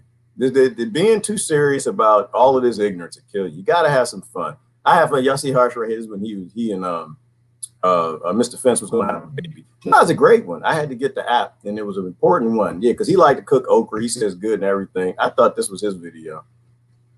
I can't hear it. What's going on? It busted. Oh, don't tell me it's not working again. Oh, is this the wrong one? It's the wrong one. Hold on. There was one of them I posted. It doesn't have any. You got to hear the brother sing. Is he in Chicago? You got to hear Harsh sing. Hold on. Whoa, where is it? Where is it? This is all. This. We're in the middle of a global pandemic, and you're making these jokes. Yeah, you got to laugh at ignorance. Don't ever give ignorance your energy. Here you go. Is it playing? Get some of this shit. We'll fry anything you want for $5.99. As long as it's friable or edible, we gonna make it deliciable. Guess what you gonna get? Nothing. This is a dinosaur. Jones barbecue and foot. You better come down here, get some of this shit. We'll fry anything you want for $5.99. As long as it's friable or edible, we gonna make it deliciable. Guess what you gonna get? Nothing. This is a dinosaur. Jones barbecue and foot massage. You better come down here, get some of this shit. We'll fry anything you want for $5.99. As long as it's friable or edible, we gonna make it deliciable. Guess what you gonna get? Nothing. This is a dinosaur. Jones barbecue and foot massage. And I think that's a real commercial. Come down here and get some of this shit. This is the television. This literally is the television. This is what I'm gonna take this and fit it in a discussion. This is literally what they do. All right. They feeding you dinosaurs because they got a thing called a food chemist. You know you ain't supposed to eat no damn dinosaur. You know you ain't supposed to eat no damn okra. You know what a food chemist job is, people? Do you know what their job is? Who am I talking? Pat, you know what their job is? Their job is to go out and get something healthy like a strawberry and extract the compounds out of the strawberry and put the compounds out of the strawberry that trigger your endorphins to say that this is a healthy thing. I'm supposed to eat more of it, and put it in a burger and put it in some Twinkies and put it in some nasty chocolate with aspartame in it that gives you cancer. You know why? So when you eat it, your body says, oh, that's good. Oh, this is healthy. We need to eat more of this. These, I know what these are, Pat. Genetically, these are strawberries. This is healthy. We're supposed to eat a bunch of this. And so now you got obese people running around, kids. It is literally, they are the fake news of the food industry. They literally trick your body into thinking things that are comorbidities for the cuckoo virus that you will die from is food. It's literally their job, Pat, to go get some okra and take something healthy like a piece of lettuce and take some compounds out of it and put it in that nasty of a slug, snot, vomit invoking, disgusting, nasty thing that people call a vegetable. So harsh that make it and open a barbecue joint and cook it and fry it that people would eat it, and then he'd give you a foot massage after. All right, I'm sorry. I'm done. I'm finished. I'm just going to do some comments. I'm going to get out of here. But y'all see where I'm going with that, right? Do your own research. Why do I know about aspartame? Why do I know about food chemists? Why do I know about all this stuff? Well, it's because it's a long story. I got divorced. I had nothing else to do. I tried to do some dating after it, and it was just like, yeah, I ain't doing this. Like, go sit and talk to drunk people about drunk topics in America. No. So I started reading, and you start reading and researching. Fascinating information. Anyway, let's get going. Riley Nichols posted a video of the insurgents in the Capitol walking around in a cordoned off line, taking pictures. Right, exactly, Pat Hauser, because this happened before. Somebody posted a picture of it. The Black Panthers, because that brother Chris, sometimes we disagree. We disagreed on this one. He said, yes, black people down there, they shot all of them. I said, no, I don't think they care about your skin. They care about the narrative, right? If it were beneficial, then yeah, that's what they would do.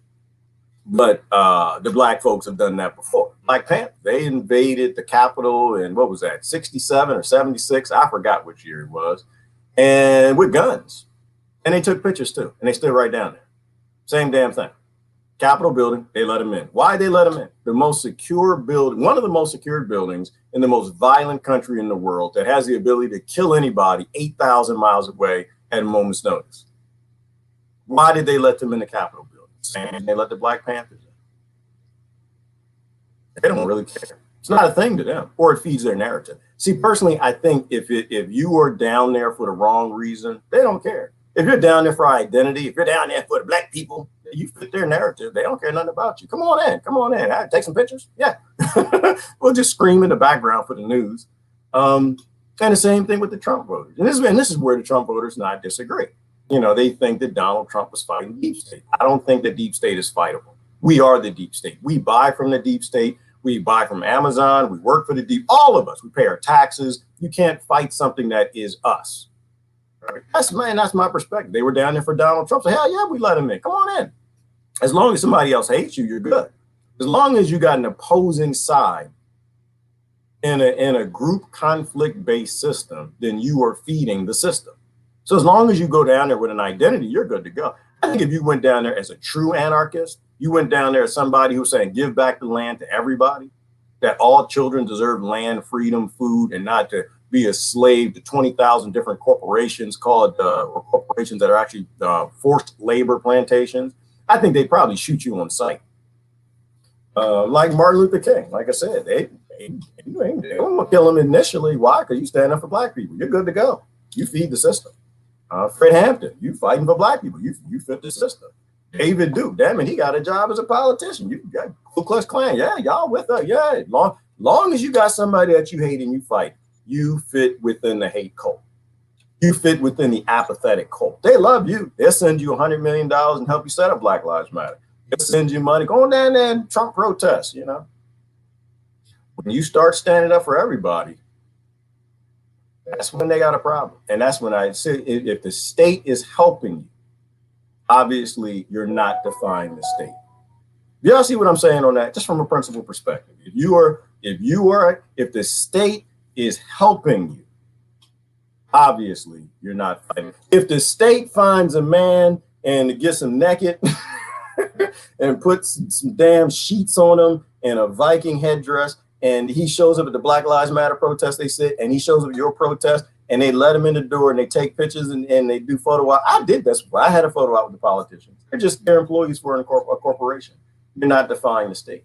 If you start talking about restore the republic, you start talking about Washington, D.C. Act of 1871, you start talking about like direct democracy or universal solutions for all, you ain't getting in no damn Capitol building. You ain't even getting in D.C. You probably just going to get a drone. Anyway. Insurgents, right? And so to me, Pat, it was all orchestrated. To me, it's all bullshit. But the majority of people down there are good people. right? They mean, all the people are good people. They all mean well. Same thing with the protest. I say the same thing. Well, again, I said the same damn thing for the Black Lives Matter, Antifa, Ku Klux Klan, and this protest. Same damn thing across the board. When you are defying the state, you will know. There's a reason why in France, the Yellow Vest Vote protest isn't being, it's not being broadcast over here anymore. Right? There's a reason why. There's a reason why they're shooting those people with water hoses and sicking dogs on them, and our friend Hogo going to prison and all this stuff. They actually have a solution for everybody, RIC, which is a form of direct democracy. And I believe in that. I don't think it's the right thing. I think it is the right next step. Long term has to be human sovereignty. All right, let's bring up the Techno Viking. Now that's the true Viking blood. What is a Techno Viking? I don't know about the Techno Viking, Daniel. Hey, brother. Good morning, TJ. We live in an insane world. We do, TJ. And finally, the insane people have done global acts to prove it. We now have the evidence. We now can do something about it. So let's do something about it. More childish than y'all's face app was. Yeah, I hit him back this morning, Jasmine. He put me on. Who did he put me on? He put me on all the criminals' faces, all the warmongers' faces. I put him on. I found a clip of Ice Cube. I don't even know what he was saying. He was just like, hang on, I'll find it for you. It is childish and it's fun. I'll never grow up. I'll never grow up. Wasn't that a commercial, one of them companies? I'll never grow up. I want to be a Toys R Us kid. Oh my goodness. I don't even remember the song. Y'all remember that song? I don't want to grow up. I'm a Toys R Us kid. Something, something, something, something, something. What's insane times? You have to just have fun in insane times. And FaceApp is one of them. This harsh right here. And this isn't being a Viking. He's trying out. He wants to be a Viking. So he's got that Viking headdress. And he's auditioning to be the next Viking down at the Washington, D.C. What was I gave this morning? He did that one. He put, oh, there goes harsh again. Look at that. He's coming out the shower. Ooh. Oh,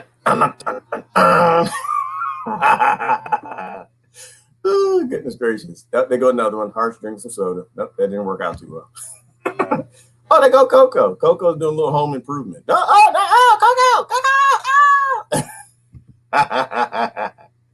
Oh, this is a good one. This is Idiocracy. They go Coco, and they go Susan. The beginning of Idiocracy. Here go Bofine just trying to get him some. Here come his wife. You gotta have some fun, people. Oh, there you go. There go Brother Tony. Y'all thought he got kicked off of Facebook. Nope, there you go. This is before he found a cuss church. This is back in his younger days. Oh, they go harsh, getting it. Oh, Fred G. Go on, Freddie G. There you go. I'm coming for it. No, where's the one I'm looking for? Oh, they go Brother Jonathan and Fred. There you go, right there. I remember that episode. Oh, there you go. I'm in this one. Oh, you got to have some fun in, the apocalypse. You got to have some fun. That was from The Office. There you go. Where's the volume? I can't hear it. This is Ice Cube. I don't know what the hell he was even talking. He was upset about something. This is where I view harsh. I can't hear it. All right, yeah, FaceApp does that. He's actually yelling something that's completely, you don't know what the heck. I don't, something about freedom, grandmama, damn it, yeah. And that's how I see harsh's stuff. When he's like, he's mad about something. I don't know what it is. He's constipated. That's what it's, that okra. That's what it's, okra. Yeah, all right, I'm done. You have to have fun, people. Life is fun. Life is a charade. I pay good tickets for Earth. Damn it, I'm going to enjoy it. All right. More childish than y'all's face app. Yeah. I'm running with it. What did you talk about? The Google Black Panther with weapons in the Capitol? That was not the worst. Yeah, Simon, I don't doubt it. I think the Capitol's been stormed many times. These were just 2 times. But what's suspicious to me, Simon, is why they let them in. They created security systems, dogs. They even had Doberman pinchers. They've made a thing since the beginning invaders of the Capitol building called fences. They could literally put a fence up around if they chose to. All the security systems and high-tech stuff. And when things happen and they don't make sense, Simon, you got to say, well, why did that happen? That's weird. That doesn't make any damn sense. 9/11, same damn thing. Very soon you can't talk about that on the platforms. They say you're not going to be allowed to question that no more. It's like, how in the world does the most secure building on the freaking planet, that's owned by the most violent people on the freaking planet, that literally they own every damn thing from a security perspective. How do you fly a slow flying, and I'm not even going to say it, just because you're not allowed to. You know, when things don't make any damn sense, Simon, you know, you always got a question, right? You always got a question. All right. I post him, but I just got 6 spam warnings for posting links. Yeah, I couldn't even post this one to my page this morning, Pat. It stopped me, which is okay. You know, they've already made their stances known, and these are the warnings. And some of our friends are getting warnings. Say, hey, listen, your page is being threatened. Who was it? Sean Yankee said that yesterday. He said, yeah, he got his warning. You know, if you talk about too many truthful things, it violates their advertising. Not conspiracies, it's economics. Right? They have advertised, they make millions of dollars with these platforms. They're not going to let you question people not buying products, even if those products could end up sterilizing people. The other one, oh goodness, now I'm not going to go back to that. That's done. Bye. See you know, you can only talk about, I think, these things, but so much before they actually start to flag your videos.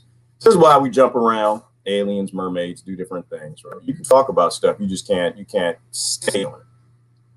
It's the worst moment in American history if you don't know American history. It absolutely is. It's the worst moment in the world. Rise and shine. There go, brother Chris. Yeah, and I agree with you. But I agree, Chris. Don't, you know, it's not that I kind of agree with Chris. Not completely, but I kind of. If it fit the narrative to shoot a bunch of black people who were down at the Capitol, they would have. My statement, I don't disagree with Chris. I'm saying if it fits the narrative, they'll do it. If it gains them power or profit, they'll do it. You know, and then in those two circumstances, it was more profitable to let the Black Panthers take pictures at the Capitol, and in this circumstance, it made sense to let those guys take pictures. And again, it's a corporation. See, I think sometimes we look for feelings, we look for identities, we look for the things that matter to us, religions, in a corporation people call a government. It has no feelings. It has no religion. It has no identities. The only thing it knows is power and profit. A bankrupt corporation will always do what bankers tell it to do because they want a loan. The same way you would. Somebody's coming to take your house. They're coming to take your car. They, you know, you are in debt up to your eyeballs and you're bankrupt, which is why they created the Federal Reserve. It's to bankrupt the corporation, so the corporation will never listen to the people. I kind of think it's possible for a corporation to do some governing. And I think when they first created the Washington, D.C. Act of 1871, I think they were governing.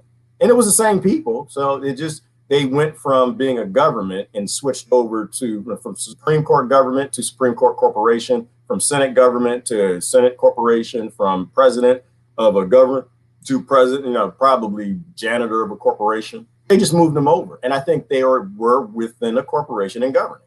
But as time goes and they start running out of money, as the 1913 to the 1933, the Federal Reserve Act, it created a means of printing money, a fiat currency that wasn't gold backed anymore. So how does that work out? Well, it means that, you know, you've got a corporation that has endless money. What does it do? Same thing I did, Chris, when I was in college and they gave me credit cards. I spent that joke. They gave me, it wasn't endless, but damn it, I was in college. I had like computer science major. Here you go. Damn, it's time for a stereo, time for a car. It's time for this, that. Started buying new speakers back then, Kenwood speakers, Pioneer. I don't know which is best. I'm going to buy both of them, see which one sounds the best. You spend the money, then you go bankrupt. And why the same reason the credit card company sent me credit cards when I was in college that led me into debt that took me probably 7 years to get a grip of, is the same reason that they gave us the Creature from Jekyll Island. If you haven't read that book, read the book. It talked about the Federal Reserve Act was to bankrupt the corporation. And once they bankrupt you, they own you. Same reason why college costs ignorant amounts of money. It's not that the left is wrong and the right is right and the right is wrong and the left is right. It's that they're both wrong. They are both groups, little cults and religions from within a corporation. Neither one of them has any say or power. But they both say things that make damn sense. And that's why people are in the right or in the left, because they say just enough things that make sense. College shouldn't cost anything. You know, and this is what the left says, that the right, some of them need to grasp understanding, is that the children are our future, right? A highly educated population that doesn't have to go work for slave plantation corporations, you got to take that component out, they can build a powerful, stronger world, let alone nation, right? You don't want certain groups to be able to go to higher education and push others out. There are kids in trailer parks in the Appalachian Mountains and ghettos and barrios who will be the next Nikola Teslas if we just give them the opportunity. Right? No, college shouldn't cost anything. High school shouldn't cost anything. And you shouldn't be forced to go to college or high school. Has a right to survive on this planet. And that's something that the right is right about. You know, you can't regulate and crony up society so that you have to have this sheet of paper or you live poor or you die or you're forced to go into a life of crime to survive. They're right about that too. You know, but it all gets back to the same thing. And it's social engineering. You have a few people who own the most jewels and they dictate everything that happens in this country. But, you know, I think it's in this world. Beautiful time that we live in a time where we can do something about it, though. All we got to do is walk away. That's it. Don't off-grid everything. Off-grid your basil, your food, your water, your electricity, where you live, your car, even your job. Because, you know, they're doing that now. I think it was in Canada. In some state here in America, they're saying no shoddy, no jobby. You'll either be in the Tuskegee experiment or you will not be allowed to come in our business establishment. And I personally don't have any problem with that. I think it's good. I think most of these corporations should have 60% of the employees walk out of them. I think that would be a great thing. I don't think the East India Trading Company was a good idea. I think Wall Street is a black market. And I think smart people are going to say, you know what? I've been working with y'all for a long time. I've had it with y'all. I've had it with that Venditir and all that poisonous food with sugar to kill grandmama food and make me die from the flu. I'm tired of being a slave. I'm tired of working for y'all 60 hours a week. When I got hired, you said it was going to be 40. You called me on the weekend. I had it. I've had it. I've decided it's better that I live a minimalist lifestyle and cut back all this bullshizzle, grow some of my own food and live free of you. Or I'm going to go open my own firm. I'm going to go do it myself. We need a lot more small business, especially now. You had the greatest wealth transference in world history by destroying the middle-class businesses. So it's a good thing, you know, but they just told you that an organic human is not allowed in their world. So you need to leave their world. Organic humans are not allowed on their infrastructure. It's time that we leave their infrastructure. And that's the whole point of being off grid. This nation, probably like most countries, if we're lucky, we're dividing up into two societies. A society who thinks they can defy nature, literally vegans who think that shots are organic and they're okay for vegans. Every single shot has, and a good sister reminded me of that post because I was asking, I said, I eat organic. Are the shots organic? Are they cage-free, gluten-free? You know, and she posted a point. She said, yeah, they're not vegan either. That's like, yeah, we do have a lot of hipsters. I'm vegan, damn it. He's like, not if you got that shot, you ain't. That's got human and animal tissue in it. Yeah, you're either you're a carnivore or you're a cannibal. And it depends on which one that you get. That's how they grow them. They have to grow these things in cell lines of humans or animals. And when you get injected with that, that's what you got injected with. It's not vegan. All right. They got too much time. Yeah, Chris has way too much time on his hands. That man needs a job. I said that yesterday. All right, if you buy that chit of the MSN, you're an idiot. Well, idiot, yeah, Simon, that's kind of strong. I try to choose my words with people, Simon. Good to meet you, by the way, brother, or sister, whatever you are, or mermaid. I'm fine with everybody is. People say, you know, yeah, you're either this or this. Nah, let people be Iron Man if you want to be Iron Man. I'm good with that. I said, they want to be called women, so call them women. Why do you care? All you want to be called a man. I don't never get why anybody cares about any of this stuff. Like I said, I had a son who was Elmo for like 2 weeks. And I never washed that costume. He wouldn't take it off. Every day I tried to sneak and wash it one night. He liked to sleep in it. So I really don't care what people want to be. Y'all can be anything you want to be. I like to use the word ignorant, Simon, because it makes a point. Ignorant, if you believe ABC, CBS, NBC, Fox, or any of these stations blindly, left or right, conservatives, liberals, Republicans, America, United States Incorporated, television in general, the pharmaceutical industry, the car companies, the chemical companies, if you believe anything that anybody says without doing some level of research, then you're ignorant, literally ignorant, because they're telling you something because they want something. And if you don't go research it for yourself, you're ignorant. Idiot, I kind of think is more like stupid. That's like willful ignorance, right? That's where, and I'm making up a definition. I have no idea what idiot means. To me, when I hear it, that's what I hear. That somebody is not capable of doing their own research, or they don't want to, or they believe the religion, or they're blindly following it, so they're just going along with it. It's just ignorance. Whole lot of years flying by. Yeah, isn't this guy? What are we on, day 8? We already had our first fake insurrection. Yep, the year's gonna be great. Yeah, Happy New Year's, everybody. It's day 8. I'm telling you, by day 16, Scott, Godzilla coming out that damn ocean. And then you're gonna see the Stay Puft Man come over the mountain. And I'm gonna enjoy every minute of it. I'm gonna put Harsh's face on the Stay Puft Man. Harsh has been on mischievous rollers. He has, Daniel. That's why I don't even look. I'm not even paying attention to him. I got slavery stuff to do today. Nightmares for weeks from y'all still refacing. Yeah, Harsh has some disgusting ones. He did. Sorry, G, I'm heading to till some land. See, there you go. There's a brother, right? He's about to off-grid something. He's about to grow some food and off-grid something. That's what I mean. Off-grid doesn't mean you leave the city. I mean, personally, I think you should leave the city. I don't think cities should exist. They are literally climate change. They are, which is kind of funny because most people in McMansions and in cities fight climate change. Like, I don't think you understand that there was like a climate here before. And not only about the ecosystems that we destroyed and the mini climates here, but also think about the cities all over the world that are no longer allowing water to permeate into the soils, right? Add up all those cities, add up all those concretes, all that concrete and the reduction of moisture and all these massive plantation, concrete jungle things called cities, that's changing the climate alone. So I don't think you should be in the city, but even if you are, you can off-grid what you can off-grid. If you can't get out the city, then off-grid your food. You can put some again, off-grid your basil. Right? Don't buy your basil. They told you that you have to be a synthetic Harkonnen to come in their grocery store and buy basil. So damn it, you can grow some basil in a pot on your balcony.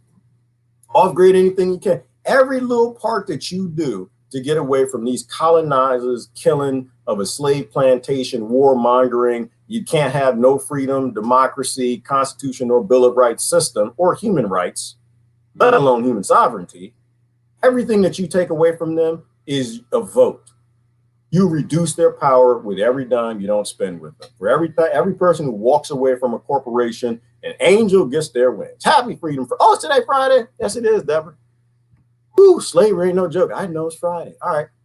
Say your prayers. It gets worse. I'll guarantee you of it. I hope so too, Jimmy. I hope so too. I think they're agnostic of the pendulum. So the harder they push, the more that pendulum's going to swing back. So I hope they try to take it off. I looked into a company working with good. See, this is somebody doing their research. Exactly. Look into them and understand. It's fascinating technology, people. You'll be excited by it. And then you'll be terrified by how it's not regulated. And then you'll be terrified that how the stories that are being told about it.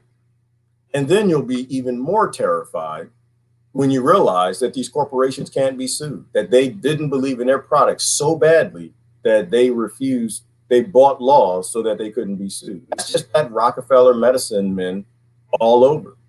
But it's fascinating technology. I'm not against it. I just think it needs, like GMO, it needs to stay in the lab until we have someone who is going to die unless they get this shot.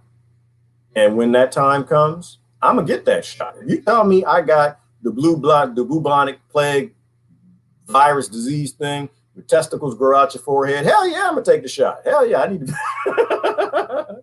That's 2 vaccines. Can I have 2? But I need it to work. That's the thing. You can't give me this and then I get 5 testicles on the back of my head. Hell no. If I got that rare disease with the thing grow right there, hell no. I need it to work. I need to go to Pfizer. Listen, I got diagnosed. I don't know what it is. Somebody's playing with vaccinations a long time ago when I was a kid. I got some of that virus DNA or something, learn how to live with me. And it's trying to grow testicles on my forehead. I need that shot to work. I need that shot. Don't give me the sad face. Hell no. Hell no. Do you want to live in a world where people walk around with testicles in their forehead? Most people don't even want to walk in a world with them things in your drawers. Nasty, ugly. All right, I'm done. Not going to go down that route. But the point. What is the point? If you make a drug, it has to work. And the only way that's going to force it to work is you have to have an NTSB type regulation where you screw up, you get sued blind. And when you start suing these companies blind, then they'll make sure that these things work. When your grandmother gets sick and she needs a vaccine to take out the pneumonia, to keep her safe from that, you'll have millions of scientists who agree with it because millions of scientists in an open source way studied it, tested it, beat it up. Nobody rushed anything through. Nobody had to make capital and had SEC requirements where they had to get something out fast enough to make the shareholders happy. To me, human life cannot fall within crony capitalism. That's what I believe. I don't believe in Medicare for all. I don't believe in none of that crap. I believe in nobody we can save should be allowed to die. We're all one tribe across this planet. If we got something that can help out Lithuania, damn it, Lithuania needs to have it yesterday. We can't withhold things from people that they die if they don't have it. And that's not anti-capitalism. Of course, not anti-socialism, communism, nothing like that. It's just we're evolving. Our bodies are. They need to evolve with the viruses, the funguses, and the bacteria, and our mind and our governing systems need to evolve as well. We know that human beings become better human beings if they have good environments. The neuroscientists and the behavioral scientists have been telling this for damn near 100 years now. If you raise children in America, they're going to become crazy as hell. They're going to become the left or the right. They're going to join a gang. They're going to get their gang colors. This is my face diaper. They're going to get their gang colors. And they're going to join a gang and get out there in that street, get to fighting in the political party and with the levers and voting. And they'll be happy when their gang kills the other gang members. But when you give kids a system where they do have safety and freedom and they're not scared of monsters under the bed and the world isn't a museum where they can't run scientific experiments and break things and enjoy life. When you give them that world, they become beautiful people. When you give them hardship, they become the people that you hate. So it's easy to hate people for who they become. It's more difficult when you actually use scientists and you look back at their upbringing and you realize it was the environment that made them who they are. That's why I don't get into it, Scott. It's just all indoctrination fighting indoctrinations. It's bigots fighting bigots. And unless your solution is universal, to me, it's a waste of my time. I'm not interested in black solutions. I'm not interested in white solutions. I'm not interested in American solutions. I'm not interested in Democrat, Republican, Christian, Muslim, men, women. I don't care nothing about their solutions. To me, it's all a waste of time. That's subhuman activity in a time we have abundance where everybody can have the things that they need. And that's how I get down, Scott. You know that. I think it's the abomination that causes desolation is a world where adults have what they want and you got billions of children who don't even have what they need. That's the abomination. All right, that's all they got. What they got, Scott? All right, let me get down. I've ran my mouth a long time. Let's do all comments. Love me some Corbett. I do. If you don't follow Corbett, then I think you're suffering with knowing what's happening in the world. Mofos are running all over experiments because they don't even know what they're doing. No, they don't, but it's making profit. And so corporations, all they can do is make profit. Their agendas are backfiring. The creator is good. Love and light prevail, one love. Their agendas are backfiring. They are, Daniel. They are. They're not with enough people, but they're starting to, it's like the car. I used to have a bunch of hoopies, Daniel. You get out there, like when the car start blowing up in the back, you're in the wrong neighborhood, they shoot back. I never drove my hoopty, Daniel, through the ghetto. I had a Volkswagen Bug, 1974. Hell no, that thing get the backfiring. I grew up in the outskirts of Washington, D.C. I'd get shot. But their plans are backfiring. And now people realize that this world is a hoopty. The world's economic systems are hoopties. You want to know the best government on the planet, and all of them are trash. All of them are chit mommy. The best government on the planet is Bhutan. You know why?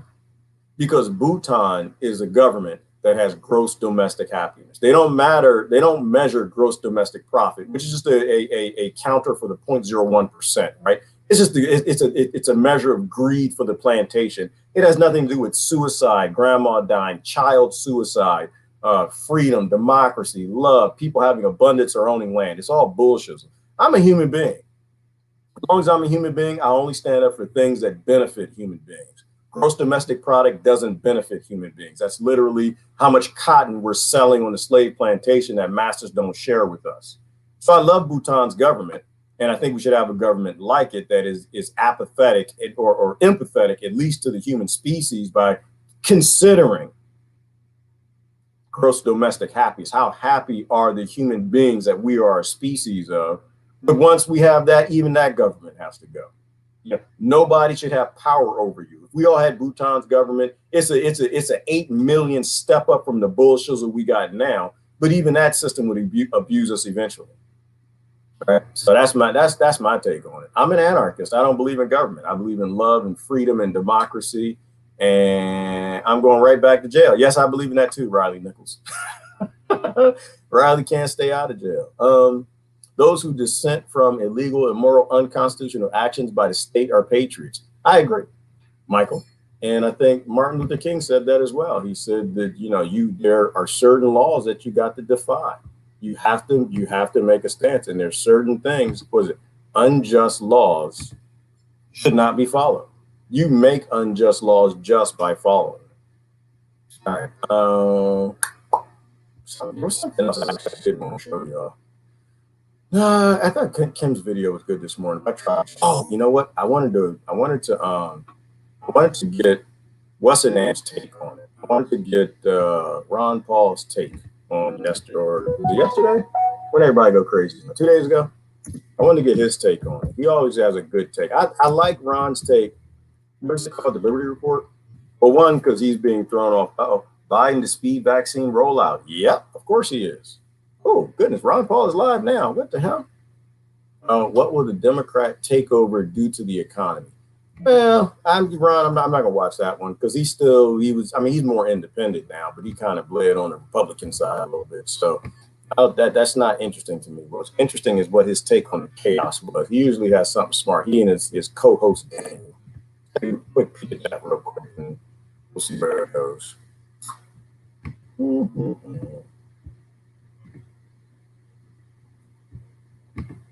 I can't hear that BMW commercial in the background. It's good. You shouldn't hear it. All those things are stolen. Perfect time to upgrade. Every car in the country is stolen. All the minerals are stolen. Even the gas is stolen. Don't believe just because poor people steal it that poor people steal. Everything that you buy comes from a black market called Wall Street. It's all stolen goods. Thank you for tuning in to the Liberty Report. With me today is Daniel McAdams, our co-host. Take on it. Welcome to the program, Daniel. Good morning, Dr. Paul. How are you? I'm doing fine, and we have a magic wand here. Yes. And we're going to sort out all the information we were given yesterday and why the world's coming apart, but it was all explained to us and it can all be settled if they could just impeach Trump before he gets out of office. There's the race to destroy this man completely. Of course, he wasn't our first or second choice because for president, but over the years, I think I grew a little bit sympathetic, mainly because of his enemies. There were so many, and what has been going on, since 2016, it was even in the campaign, but immediately afterwards on and down, and he thought, well, then they started waking up and they say, boy, this guy might be for real. There might be somebody out there that likes him. That's what really terrified him. So the people started piling on, and then they had Russiagate. One thing I noticed about this Russiagate business, if another party is doing a lot of bad things, like I think Hillary might have been involved with the Russian, they turn it around and blame it on their enemies. And it worked to the degree that Trump had to fight that for 4 years. And he finally won that fight. So this is the whole problem that we have, is that this contest going on up and down. So it's a real mess. But it has continued, and they say that we will soon come to an end. And here it is. He's almost ready to leave, and they're pretending, well, let's see, we can impeach him, we can invoke the 25th Amendment, we can do this and that. So the motivations, it has to be very, very weird. If he's as inept as they say, well, just forget about him. Why do they give him so much attention? And he'd have to walk out and take the power from it, and that would be it. But it seems like, he stirs a lot of animosity, and it's not that if he's that bad, he has no power. He has no political power now, and he has no financial power or anything, and yet they're hysterical with him to try to make sure he is totally destroyed. And I keep thinking, Daniel, about this whole situation has been going on for years. And I thought, well, I really expected him to win the election. I thought to myself, he probably has talked to more people in 4 years as president than all the rest put together. Millions of people. And the one thing that I noticed, because, if these people are so bad and ornery, there must have been a lot of violence in doing that. So go back and look. I don't know, were there 10 rallies or 50 rallies, 100 rallies? There were a lot, but I don't think, and you can imagine if there had been any violence whatsoever, I think it would have made the headlines, but you can't even find it. So what's going on now is really a bit strange, and figuring out how it came about. And we do know that Trump has he's a bit esoteric, and we know all those things, but what really is true? So my question to you, Daniel, and to everybody else, and to myself is, who's behind all this? Is this just a natural consequence of what happens to a country? Of course, in the big picture, I've written about that. In the big picture, what's happening to this country, I call it a financial and moral bankruptcy. But this is a specific event, and I'm sure the moral and financial bankruptcy is in an atmosphere of that. But there's something more going on now, and it's very specific. It's your gang against our gang, and we're going to, do away with him. We're going to destroy him. This looks like the last punch, the final destruction of this man, and they will never see or hear from him again. That seems to be the idea, and I'll preface my opening comments, Dr. Paul, with a message to our friendly YouTube censors, which is we are not going to pass on misinformation or disinformation because we don't have information. All we have is speculation, and that's our job here. So go eat. But what we want to look at are some anomalies, some of the things that were weird that happened. And like you pointed out, there have been hundreds of Trump rallies, and there really hasn't been any violence. If there was, the mainstream media would have loved to highlight it. So what did happen today? Well, I mean, I've seen some weird video. I saw the Capitol Hill cops open up a barrier and beckon for people to come toward the Capitol building. What does that mean? I don't know. We don't know the context. I saw video of Capitol Hill police officer leading a group of people who so-called breached the ramparts up into the Senate, toward the Senate chamber, saying, come this way, come this way. Was that a part of crowd control? We don't know. We don't have the whole picture, but it certainly is an anomaly. Unlike a lot of people who are talking about this, I've actually been in several Capitol Hill lockdowns, Dr. Paul. When I worked for you in the Cannon House office building, we had some Halloween staffers went through the metal detector with a funny costume on that they found later, and they locked us down. And apparently once there was supposedly a shooter, they locked us down. They locked us down several times, and they kept claiming that airplanes were about to fly into our building. And I do have to say that there was a mythology about the Capitol Hill police officers.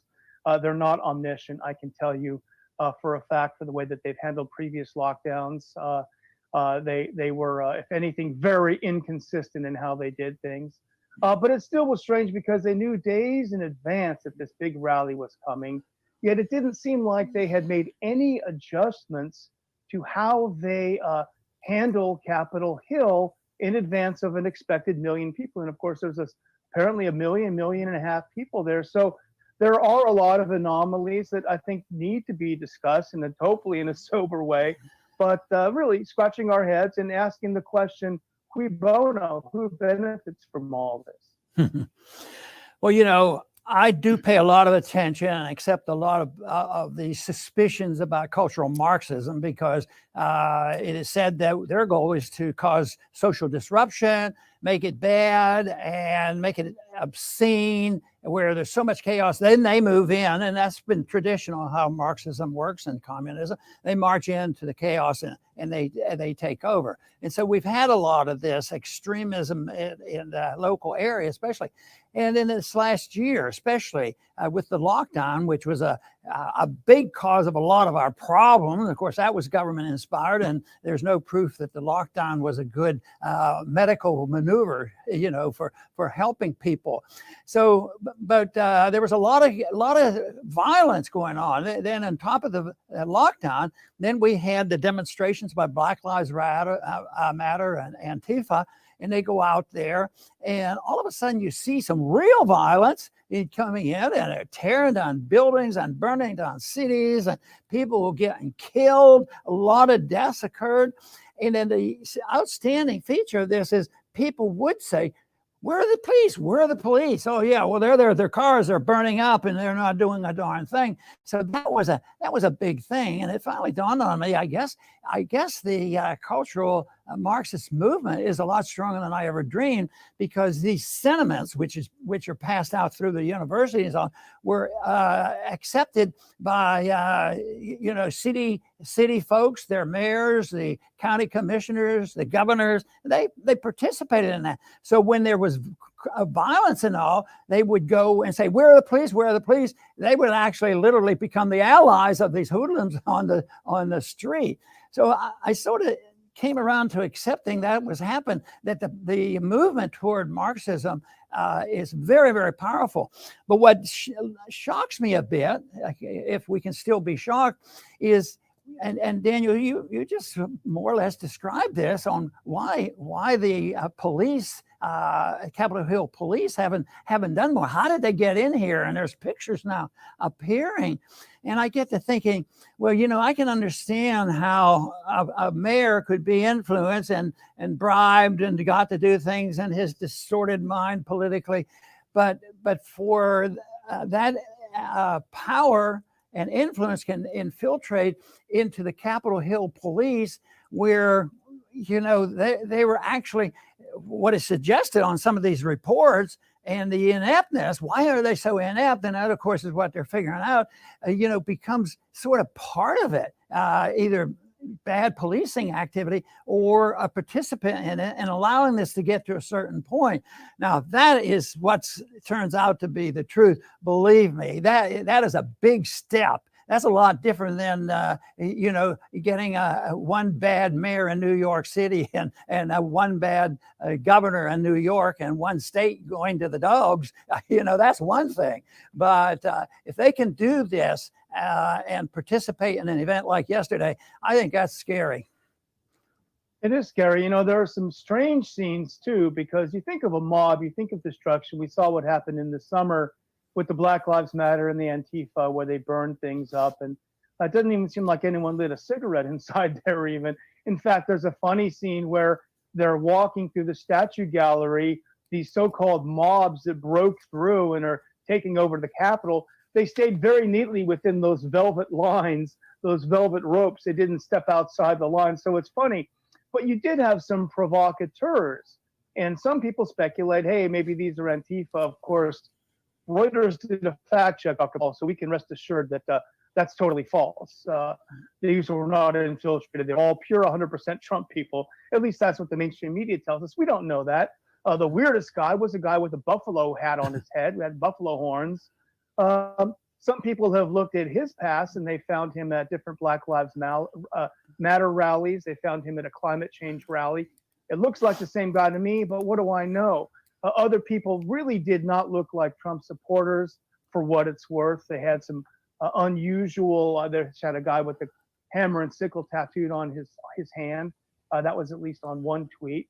So it is strange. But, Dr. Paul, there's a huge danger of the mob. The mob is a dangerous thing, because if you get a bunch of people together for a peaceful rally, it only takes a few provocateurs to completely detract attention away from that. And we've seen it overseas, and now it's coming to our shores. We saw it in Ukraine, where they got people out to peacefully protest in the street, and then you had a few snipers that came and blew the whole thing up. We saw that in Syria as well, where you had provocateurs infiltrate crowds. So there's always this possibility of extreme violence when you have a rally. And when you look at the motivation for people who wanted to see violence, it doesn't take a genius to understand there's a huge incentive to have this happen. One final thing on this segment, Dr. Paul, is, what's weird is I was watching the BLM and Antifa people beating the snot out of the police back in the summer. And I looked over quite a few videos. I didn't look at all the video from yesterday. I didn't see anyone really that violently beating up on police officers. So it's just odd, of course, there you go. The mainstream media is not going to comment on what happened over the summer, but didn't see that level of violence yesterday. You know, if there was some planning for this and they needed some symbolism, they got a lot. There was a lot of pushing and shoving and violence and this type of thing going on. Somebody even got killed over this, which is very, very bad. But the one picture that was up, and I think a lot of people saw it, was so symbolic of, you know, a violent communist revolution coming in, was scaling the walls. I mean, I just can't picture the people that I've seen over the years and the people I've seen on TV, the average Trump supporter, all of a sudden being able to scale these walls. That looked like a bit of a challenge. And besides, we've been told that the doors were open for them. And they were able to walk in and actually guide it in there. So scaling those walls, I don't know what you thought about that, Daniel, but that to me just seemed like there was a bit of planning in those pictures.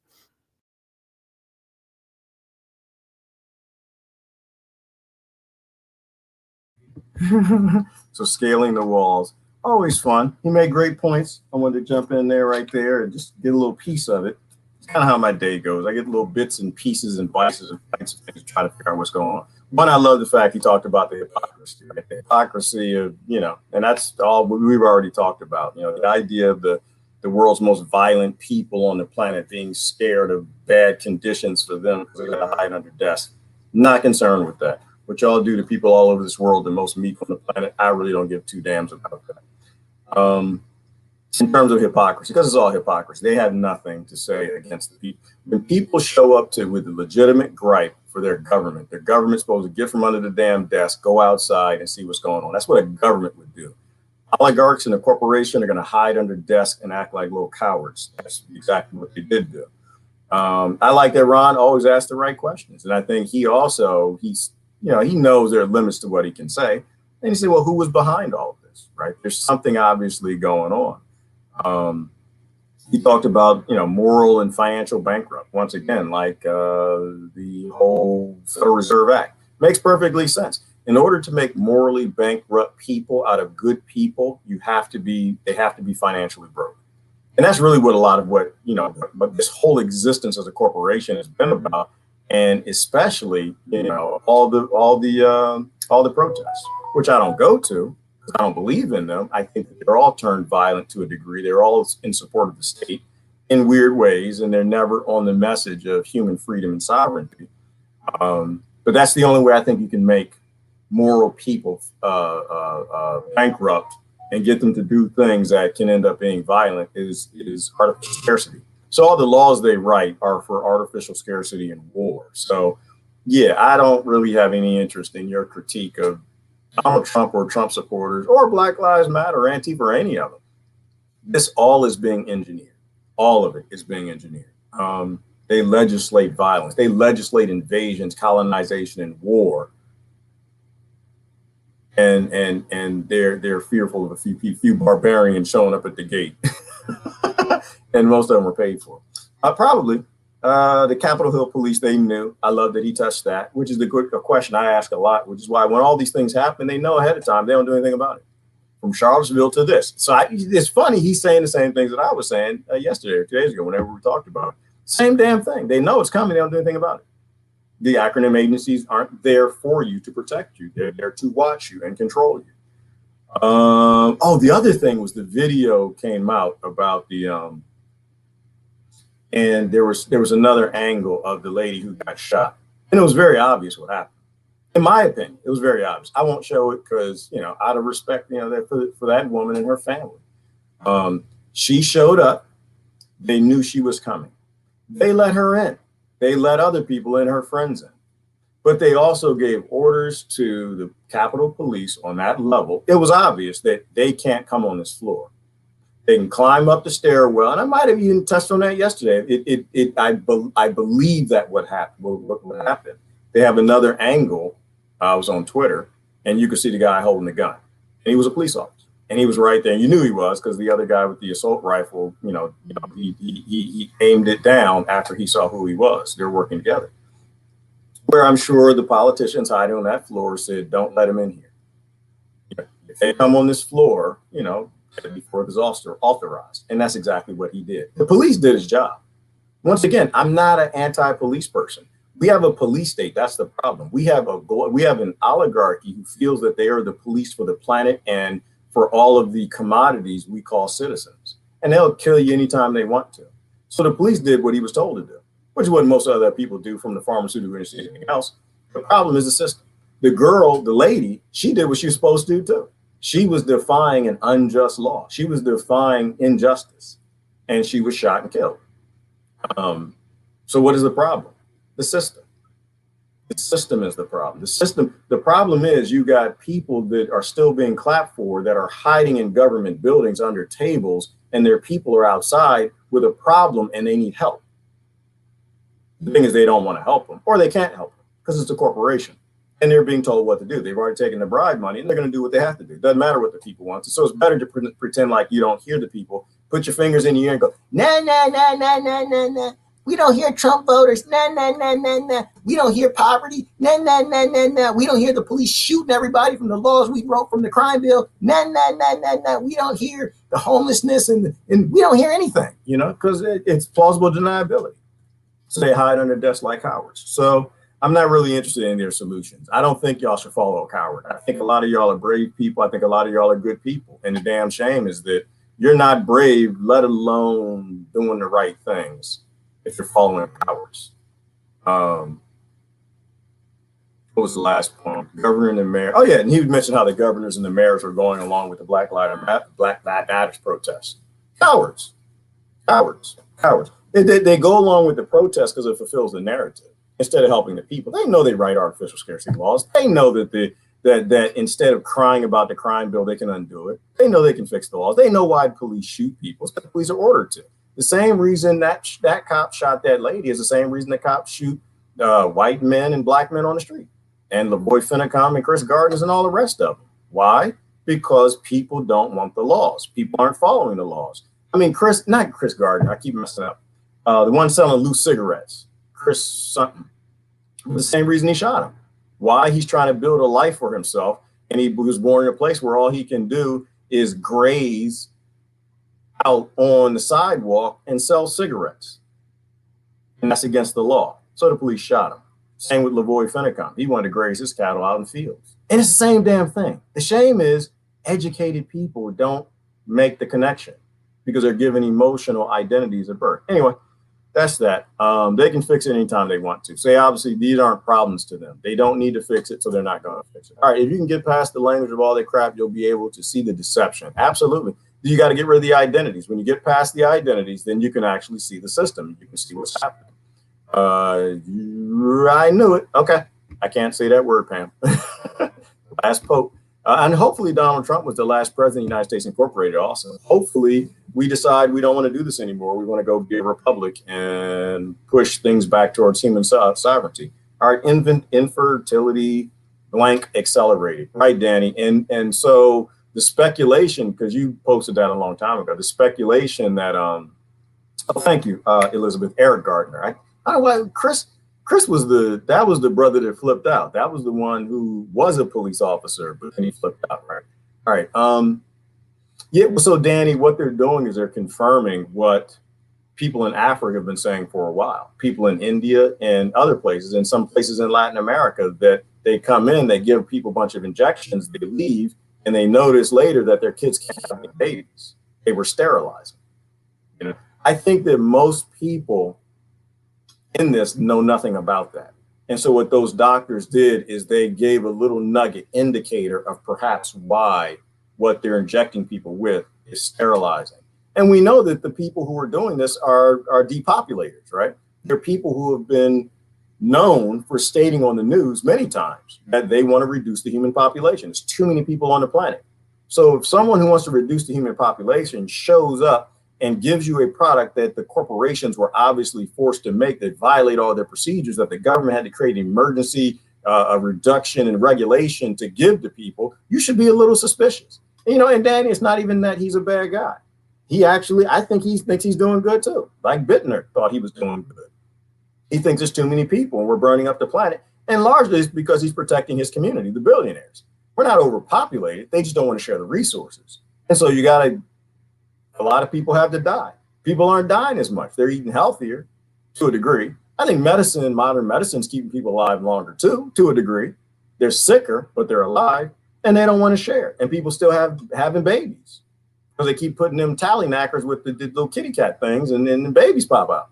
Because we hate society, we hate life, and the only way you can escape that is lots of sex and lots of alcohol and drugs. So they want to stop that. I want to think about it. I think that's what it was. FDA even says on their site that the blank is not known as being capable of eliminating, right? But they give emergency authorization to yeah. Well, you know what? Because there's something else that's going on, Chris. I mean, I had a theory. I was talking to somebody about that yesterday, which is, because I find it interesting that Ian Davis, who put those 2 bits of DNA into the last global genomic database and came back with a hit on one of them that they say was cuckoo virus, but one was a hit 90% human DNA and the other was a hit for a microbe. So I find it interesting that these 2 doctors were asking the question about the compound that's in there from the spike protein. It has similar proteins to what is in the human placenta. I find that to be interesting. Maybe that was the hit for the 90% DNA, that they're very close in proteins. And maybe the doctors know and they can't say that. Maybe the scientists know and they're just trying to give the public hints of the things that we need to be asking. So yeah, I don't think it's about cuckoo virus. I think our bodies have already beat that. I think that because it targets white blood cells, it'll come back next flu season. It's going to get worse and worse and worse and worse. It's going to keep mutating to a degree. By worse, I mean people won't eat healthy and they'll have more trouble with it. But if it's made it jump and gain in function targeting white blood cells, anybody who's eating food that kills their white blood cells or taxes their immune system is going to die. These corporations don't care about you. The goal is not to save your life. The goal is to make money. It's the only job of a corporation. All right, focus on growth and unconditional love. Absolutely. I'm going to start skipping constantly to the bottom. This is the beta. Howdy, Twitch people. Hey, Deb, welcome back on Twitch. Force an experimental blank scene this year is shocking. It is shocking, Diana, but it's going to end up being great. Again, this is an evolution. This is just us moving forward, right? In order to create a new world, you got to destroy the old. Good to see you here. Good to see you, Jennifer Bodine. Not for long, though. Posted on my page. Placenta evolved from retrovirus. Elizabeth Miller, you cut that out. Are you serious? I'm sorry. That's like food for me. I like food for thought. I'm going to Elizabeth Miller's page right now. Remember I told y'all about doing your research? I know you're supposed to be talking to us. Listen, this is important. If Elizabeth just posted out on her page, I need to see that. Oh, my Lord have mercy. Are you serious? Hang on, let's go over to Elizabeth Miller's page. I got anything up there you don't want people to see? Because, well, maybe I should ask that question first. Everything I do is public. I know she's public. Okay. Yeah, she got public stuff over there. All right. I'll put you on blast. There's a link there, Elizabeth, and I don't know if it's true. I don't really care. Like, it's just, there's something there. And when doctors who are willing to give up their careers speak, I'm gonna listen. The last thing right here, stated by Dr. Martin on January 5th. Let's do the more. Oh man, wow, that's a lot. I'm not reading all that. But I'll get the bits of it. Let's make sure we are clear that this is not a V. Oh yeah, right, because it's experimental. Legally, they can't call it that. They are using the term V to sneak this thing under the public health exemptions. This is not a V. This is an mRNA packaged in a fat envelope that is delivered to a cell. It is a it's a medical device designed to stimulate the human cell into becoming a pathogen creator. Yes. All right, hang on. Let's go down. Is this the one you want me to look at? Yeah, and the thing I got educated on this morning too is that I thought Pfizer was one of the other 3 methods. I didn't know it was the mRNA one. It is the mRNA one, which is going to answer a lot of questions. I think the other 3 might be significantly more safer than this, only because it's been around. At least they were tested for a long time before they pulled out indemnity. This thing has seen no indemnity. I'm looking down. Am I in the right post? It was a while back. I'll find it. Okay. Well, Elizabeth Miller will find, but this is still good. This is good content right here anyway. You know, like you're not supposed to call it. So yeah, it's not a V. It's not. I need to share that actually. Thank you for that, dog. That's awesome. It's not a V. It is an experiment, and that's exactly how you need to refer to it. Because when you line people up for a experiment, they're going to be more questioning than they would. And I'm not saying not to get it or to get it. I don't really care what people do. I'm saying that we need to speak about it in an informed way. And if you know it's an experiment, because there are a lot of people who partake in experiments and they're fine with that. You just have to be honest with them that it's an experiment. You know, if you got some other medical conditions, you may not want to be in that experiment. You might want to ask questions about which experiment you want to be in. How did Moderna make theirs? How did Pfizer make this? Which experiment is the most important experiment? And the more you say that word experiment, it kind of sounds like new normal. And after a while, you start to help people to question what they need to question instead of embracing what they just repeat over and over and over. All right. Moving from DC to the Vatican, the movement continues. You like the horns on the protesters in DC? I love protesters, Jimmy. I always love protesters. I'm not protesting because that's not where I'm at right now. I think we need to walk away from the system. Wait till you see the Italian brother in the steward, the word that you're not even supposed to say start with a P. Then you go to Brigham Young and let your children have their day in the sun. Okay. I'm not against protest. I think everybody who is abused has to speak up. Just to clarify, and I'm not even sure, Jimmy, if you're understanding what I'm saying or not, or if you're being abused, you must speak up. That's a stance that we have to take with domestic violence. That's a stance we have to take with national violence, which is domestic violence, political party violence, corporation violence, global violence. If you or global abuse, if you're being abused, you need to speak up and say, "Hey, I'm being abused. What's going on here?" And you don't actually have to know what's going on. And to me, that's how I see protests. So I'm not against any protest. I'm against people always speaking up for themselves. I'll tell people to always speak up for yourself the same way I'll tell a woman who's being abused is to always speak up for yourself. Don't let anybody censor you or silence you, which I find it highly interesting. That's the narrative coming from AOC and the rest of them, that they need to censor the people who showed up 2 days ago to state that they were being abused. Right?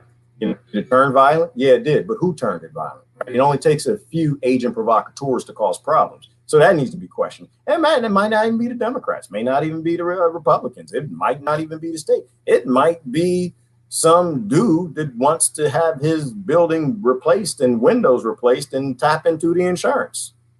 We never know what's going on. It serves the state, but you don't silence, speech. You listen to it and then you solve problems. And that's the ignorant thing about having somebody so young. Does she even have a frontal lobe yet? Is she 26? Making decisions for 240 million people, or with those making decisions for them, is you need to listen. That's how you solve problems. It is your job to solve your problems, the problems of the citizens. It is not your job. If you were truly a politician, you're not. You're an employee of the United States Corporation. But if you are pretending to be a politician, you would pretend to want to solve their problems and pretend to want to listen and solve their problems. But they don't even pretend anymore. They've convinced two really foolish sides that they're both each other's enemy. All right, we'll see you on Twitch. Okay, until just now. All right, I'm gonna skip every other comment. I'll never be on the side of people trying to censor people. That's a mistake. Because when you take out people's recourse for saying I'm being abused, then the wife has to shoot the husband, has to run him over with the car, right? And that's what's behind that damn television show. I always get the name wrong. Twisted, Bent, Flip. The man pissed me off. I couldn't protest. I told him stop hitting me, and he wouldn't do it, so I hit him with the car. That show, whatever the name of that show is. Oh, there you go. Here you go. There you go. I got it, Elizabeth. I got it. You know, somebody on Sanford and Son was named. Wasn't that Elizabeth? Wasn't that her name? I'm sorry. I don't know. My brain doesn't have Elizabeth. It just does. You've been here long enough. You know how it works. Let's go on over to Elizabeth's link real quick.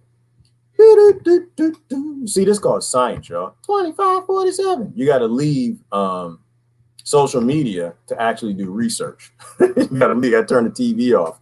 Even though this is PBS, WHYY. Oh my God, are they just telling him, Elizabeth? They just put it right in front of him.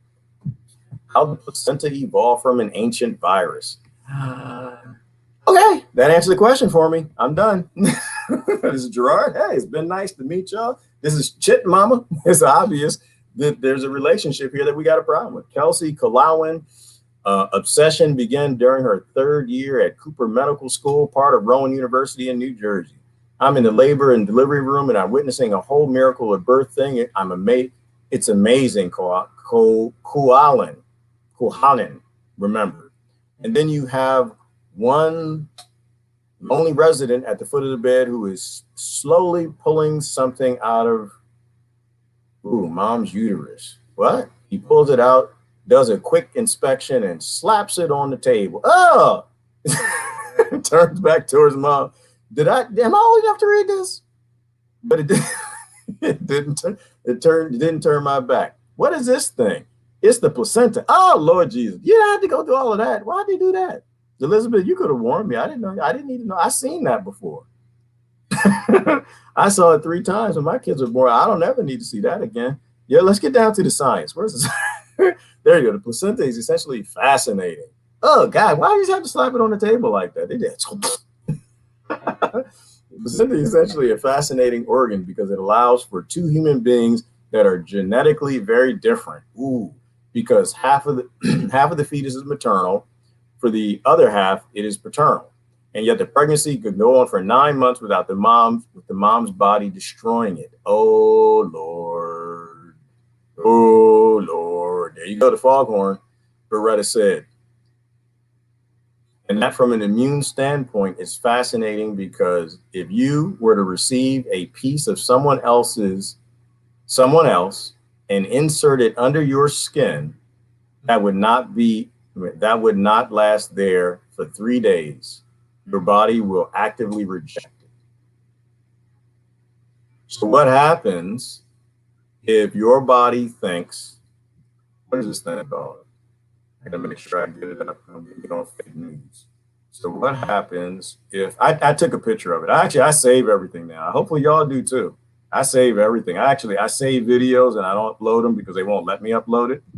But you want to keep this content because doctors and scientists are saying things that are going to be completely removed in the future, and you might need it. Just right here. Yep, here it is. The vaccinations are expected to produce antibodies against spike proteins of SARS-CoV virus 2. However, spike proteins also contain synthetin, homogeneous word I can't pronounce, proteins, which are essential for the formation of the placenta in mammals such as humans.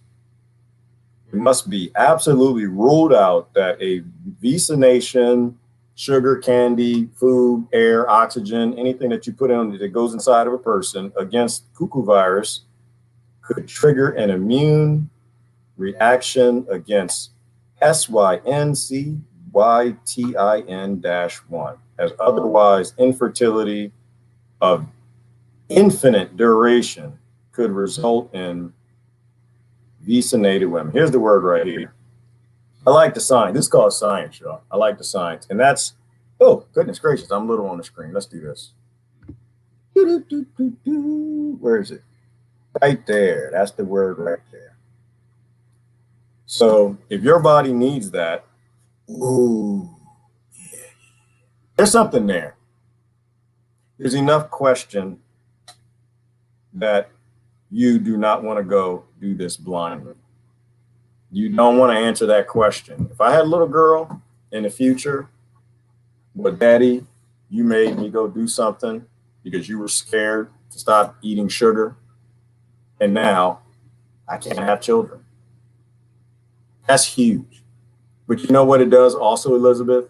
It reaffirms what one of my favorite virologists says, which is he loves viruses.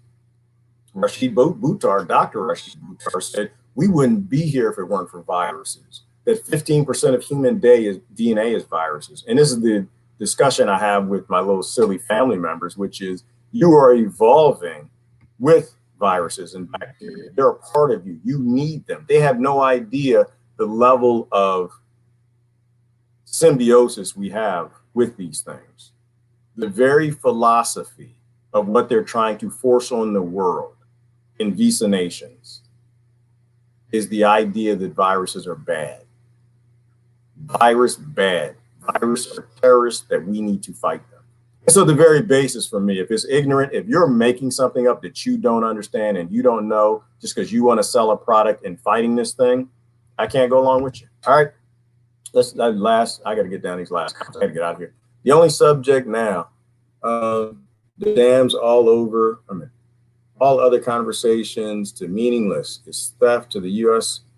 Bank. You can't even talk about that, aka the son and bred blood trying to take over the world. Okay, the bloodlines. I'm not even sure who it is. I do know though that who got the popular vote. I know that. Hey, G, I like your sweater. Reminds me of Mr. Rogers. Yep, I'm sure that'll be a face app later. Thank you, Cuckoo, for letting me know ahead of time. All right, I'm hoping we get our senator back for some from some years ago. He runs again. Are you talking about Mr. Paul? Yeah, he's getting older. Somebody said that. He is getting older, which is why we got to pick up the fight. You know, that's why I like to watch Ron videos. He ain't gonna be here forever. You know, but that man, I love the fact that he would stand down there, Mike, because I think we ran to him around the same time back in that children's rights movement stuff. And he'd just get out there in front of Congress, Senate, whatever that corporation is, and just sit there and yell at the Democrats and the Republicans. And I love that. And they would ignore him. And it shows you how little they actually care. He's been talking about the Federal Reserve from the very beginning. All right, let's get into it. That phrase into religion. Yep, it is a religion. People, they believe in things that they don't even know exist. They're fighting things that they don't even know is a part of them. They're fighting things that are needed for human reproduction. Hey, good morals. Yeah, good morals are a good thing. Is that a new thing, Christ? You keep saying good morals. But that's what Jesus supposed to say. 1 out of 6 boys got the same problem, not just girls. Gerard, look at all the altered boys and scouts. Yeah. Okay. The last I checked, though, Deborah, boys didn't have placentas. But then again, they could. I don't know. They could go back. But, you know, I don't know. Who knows? I think that you're talking about something different. But to me, when I think about that we're doing things in a body that we don't understand. And so we shouldn't be doing those things. That's kind of my standpoint. And I only chime in on that because from a reproductive perspective, you know, the placenta is required, right? That reduces human population if children can't have babies. But does it cause other problems? Oh, yeah. We just haven't gotten into them. And we actually can't get into them. All right. Hey, good morning, Lynn. People are very afraid, being traumatized. In some of these cases, suffering from PTSD and from that. Yep. And people will protest for PTSD. They will flip out and go crazy. And that's why you need a government that actually gives a damn enough to listen. I'm in Washington, D.C. Nobody broke into Congress. The police opened up the barricades and let everybody in. Only to pretend later it was a violent breach. Yep. Yeah, well, that's what they always do, Paris, right? It's always a false flag. They do it for every war. They do it for every protest. They did it with Black Lives Matter. The great thing I mentioned, you probably weren't here yesterday, Paris, was that people film it now. And that's a good thing. Black Lives Matter. And they knew well enough back then. They filmed the guy breaking windows back then. All right. Do you feel sorry for the child first born in Egypt? God killed those children for politics of the day. Innocent children died for God's wrath. Go figure. God was a mass murderer to the Pharaoh. Right, Jimmy T. Which is why it was not God. But we won't get into that. We usually do that on other days. You're about to take me to an alien discussion. Aliens kill people. They're not worried about that. God didn't kill people. So that's why I look back at the scripture, Jimmy. That's why I filter through what is man, what is alien, and what a creature that creates creations, and universes and solar systems would actually do.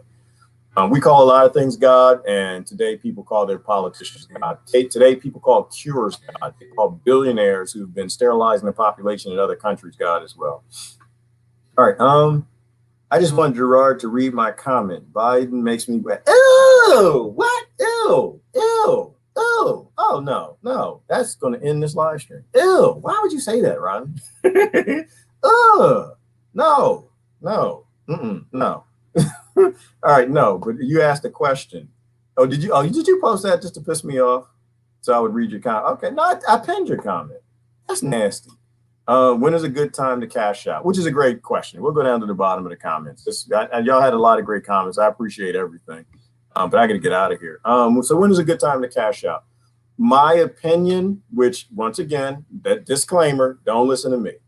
You need to look at your surroundings and you need to figure out, are you safe? That's the question you have to ask. Am I safe where I'm at? The state, region, nation, neighborhood where I'm at. Is the grocery store going to feed me if I want to remain an organic human? You know, is my state or my region or my country lining up to require I be experimented on to have a stimulus check from an industry they destroyed? Do I have to be experimented on to do my job? Like, all of these are critical questions that I think you got to ask yourself to determine if you are in a place that you should stay. I don't believe in running, but I do believe in making a stand with people who make you strong to make a stand with, right? Which is why I plan on being in a place where people are growing food, where people are making soap and lotion. And I don't have to go to the grocery store. I can go to an organic human. I don't have to be sterilized and injected with mRNA and other experiments that they want to do for me to engage in society. I want to be in a place where somebody's making clothes. Somebody's making some socks. I like socks. I've gotten used to socks. Drawers and underwear. I don't really like them so much, but I might want to buy some drawers one day. So I need somebody that's making drawers. And so I'm going to go to a place where I can remain a human being instead of what these 0.01% billionaires and people who are fighting viruses want to make. Right? That's to me. So that's when it's time to cash out. And if you weren't even talking about that, you were talking about Bitcoin, because I know that was in that area. That's how you can get confused live streaming. Somebody posted about Bitcoin being up significantly, like the dollar versus Bitcoin is 40, like $1 is $41,000 to one Bitcoin. That answers the question of whether or not you should have your money in the American dollar.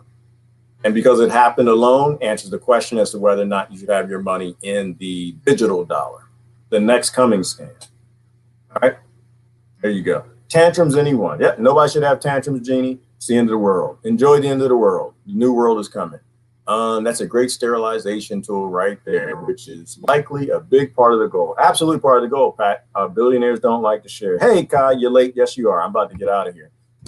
Tantrums, anyone? Yep. Happy unbirthday. Whose birthday was it? Whose birthday we wishing to be unhappy? I want everybody's birthday to be happy. Earth is never safe. Nope, never. Yeah, I agree with you, right? Ain't safe nowhere you go. It's just safe-ish. I understand what you're saying from a principle perspective. Ain't nothing safe about living on a planet with de-evolving apes that used to come from apes that swang on trees and stuck their fingers up their butt and smelled to find out where the good food is at, beat each other, ate their children, raped each other. There's nothing safe being on this planet. We still got a tailbone to prove that. And they seem to want to devolve back to that swinging from trees nonsense. They know is nowhere on Earth safe, but they're safe-ish. An alligator pit is not safe. You don't want to be in that. A bear cave is not safe. You don't want to be there. Between a mama bear and a cub, you don't want to be there. And wherever the billionaires have the most power, you don't want to be there either. So yeah, I agree with you. Earth is not safe, but you don't want to be in a place where you won't even have a chance to voice your opinion and to stand up for yourself and at least live strong for a little bit. I mean, you might move out to a community and they just drone strike you and you disappear off the planet. That could happen. But at least you live free for a little bit. You know, we need to live strong. We need to be independent. The only way you're going to be independent and strong right now is if you're off grid and you actually can take care of yourself. We got to go back to being strong to people. There you go. Live in a place where you can live independently. If living where you do requires your dependency on people who mean you harm, then you need to leave. Yes, if that's Chicago and Chicago's ground zero and you need to put a megaphone out your window and yell and scream and people just look at you like you're crazy, it's time to go. All right, Heath Ottermeyer just got the notification. Oh, really? Yeah, I was being naughty today, Kai. That's why I was being naughty. We talked about science.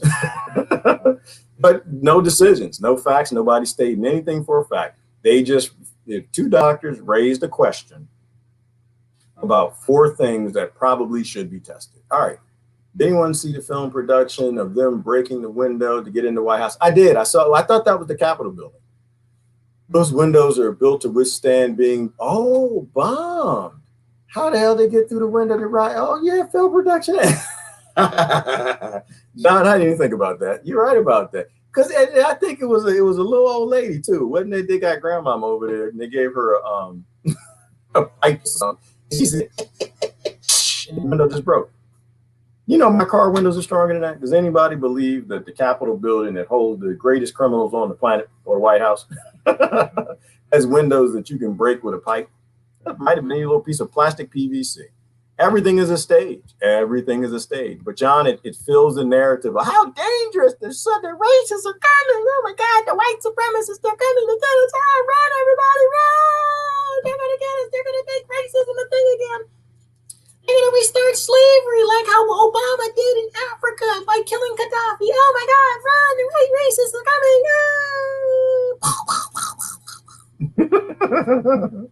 It fills the narrative, right? You know, people are scared, and so that's what they do. They've been working hard on this, John. They've been, man, all 4 years. I'm so sick. I'm so sick. Wait.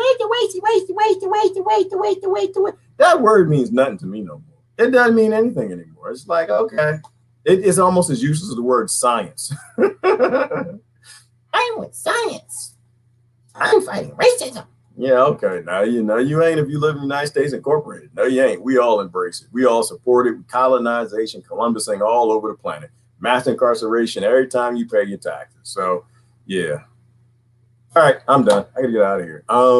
So yeah, but those are good little indicators. When you see a glitch in the matrix, just accept it for it's a glitch. I see that. That doesn't make any damn sense. I don't necessarily agree with Gerard, but I see that, and that damn thing right there don't make no damn sense. All right, me too. For you, not for me. Well, they want to get people all rallied together, and it's always it's them, not us. So if it's them, then if they bad, we good. They bad, we good. They bad, we good. And they do that. People are like, oh yeah, the world is safe now. We got Donald Trump out. We impeached him. Everybody's safe and freedom and democracy and love and Jesus and all that stuff. That ain't coming. All right, what is that? Ooh, there you go. And its receptor is present in human sperm too. See, Elizabeth, why would you post that? Why would you? I was about to leave. I had a foot out the door. I could feel that I was about to push because I got to pee, Elizabeth. I got to go. And I could feel that I was about to have some relief and I was going to go. Whew. Now I got to think about what the hell this means. But it don't mean nothing for me. I ain't no bullets in that gun. I didn't dealt with that a long time ago. But what does it mean for you? Well, it don't mean nothing for you. I got the feeling, Elizabeth, you ain't got that stuff. But if it is similar proteins to what's in sperms and placentas, and your body makes antibodies to fight these things, it means that somebody is trying to say there's too many monkeys on the planet. They don't want no more monkeys jumping on the bed. You know that song a little bit? One little monkey jumping on the bed. No, there you go. Let's do it. 9 million monkeys. Now, how many of us is that? 6 billion? 6 billion monkeys jumping on the bed. One fell off and busted, got the vaccine. Mama would call the doctor, and the doctor said, it's okay, just give all the rest of them more shots.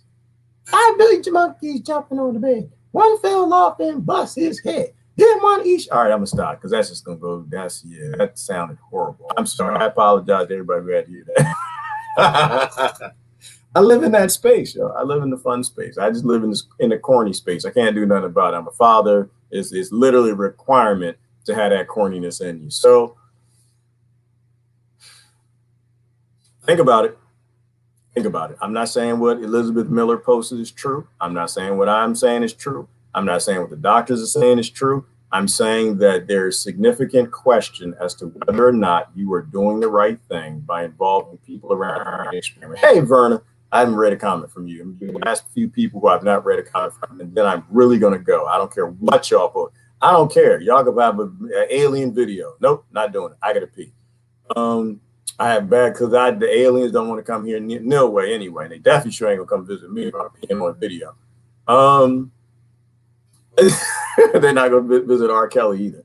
All right, I have bags full of. I can't believe y'all made a video. Y'all made a TV show out of that man. Lord have mercy. But then again, how bad is that? They're literally listening to the people who protected Epstein. So that's probably not even an issue. All right, I have bags full of clothes to donate. I guess I will keep them and use them to share with my family. Salvation Army is a corporation. Good idea, Verna. Good idea. Because I don't know what they do with it, but they're a corporation. You know, poor people, just give it to them. That's all you got to do. That's how you know you're doing some good. You got some money that you want to give to a charity, don't. Just don't. Just find somebody named Charity in the neighborhood. Just go and get that to her. You know, if you just do it yourself. Do it yourself. Give it in the name of Jesus, of human sovereignty, freedom, democracy, love, something that actually makes some damn sense. Not democracy. I take that back. That's ruled by mob violence. All right, Chicago's ground zero. Then Riley, you know that you need to go. You need to put down your microphone, your megaphone, start packing. We have never evolved. Only de-evolution has taken place. That might actually be true. TJ, certainly from a sociological perspective, we were not much different from the monkey swinging in the trees, but biologically, we've been evolving. All right, there you go. What's that? Cheesy fingerprints? No cheesy fingerprint, Jeannie. Cheese has what my coffee has in it. It's got bacterias from bulls. It's got their pus, their blood. It's got antibiotics. It's got all types of stuff that you don't want on your fingers, let alone in your gut. The only reason I do that is because I drink plenty of smoothies. Friend me, please. Somebody friend Darlene. If you got to go pee, use your coffee cup and recycle. We can't see.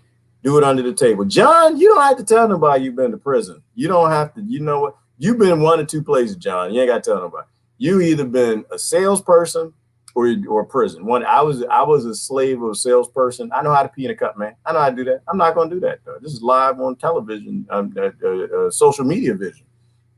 I definitely ain't gonna do that to these. I'll talk about it, not joke about it, because I think the people in our country are like big babies. They wear face diapers and they're scared to talk about like human bodily functions and parts. Like, oh my God, he said testicle. Yeah. Well, that bothers you. You need to leave. That's called gender hate.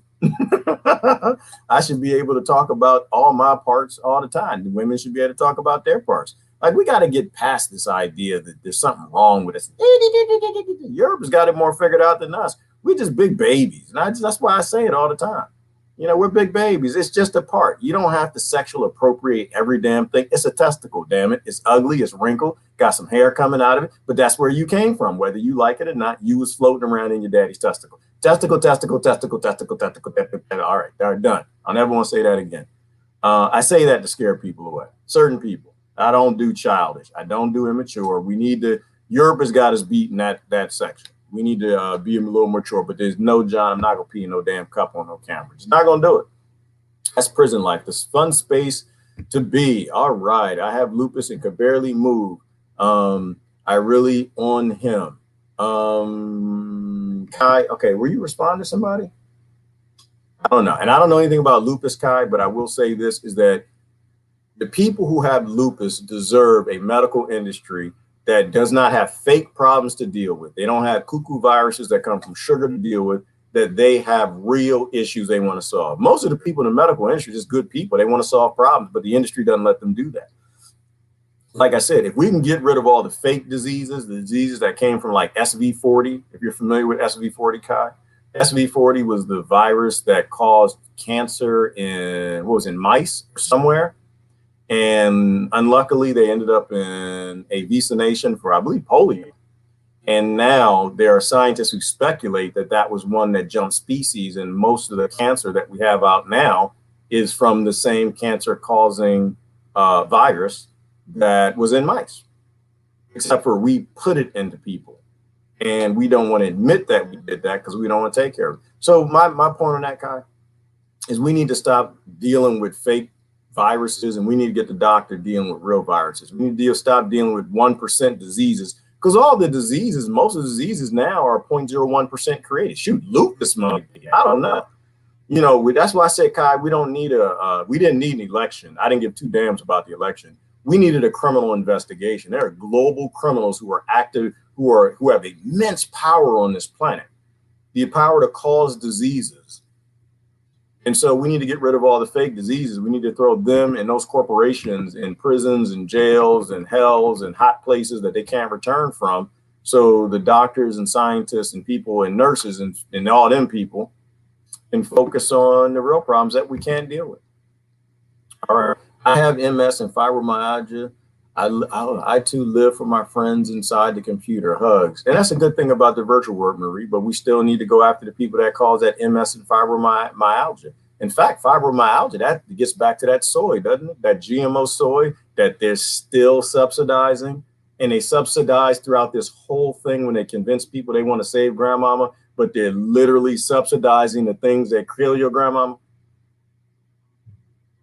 I make the crazy face. That means this is stupid. That's what it means. It means it's stupid because we stupid and we're still listening to people that's hurting people. All right. Newspaper headlines. This AM, we must control the right-wing home terror. The terrorists are coming. Here come the right wing. Man, everybody. White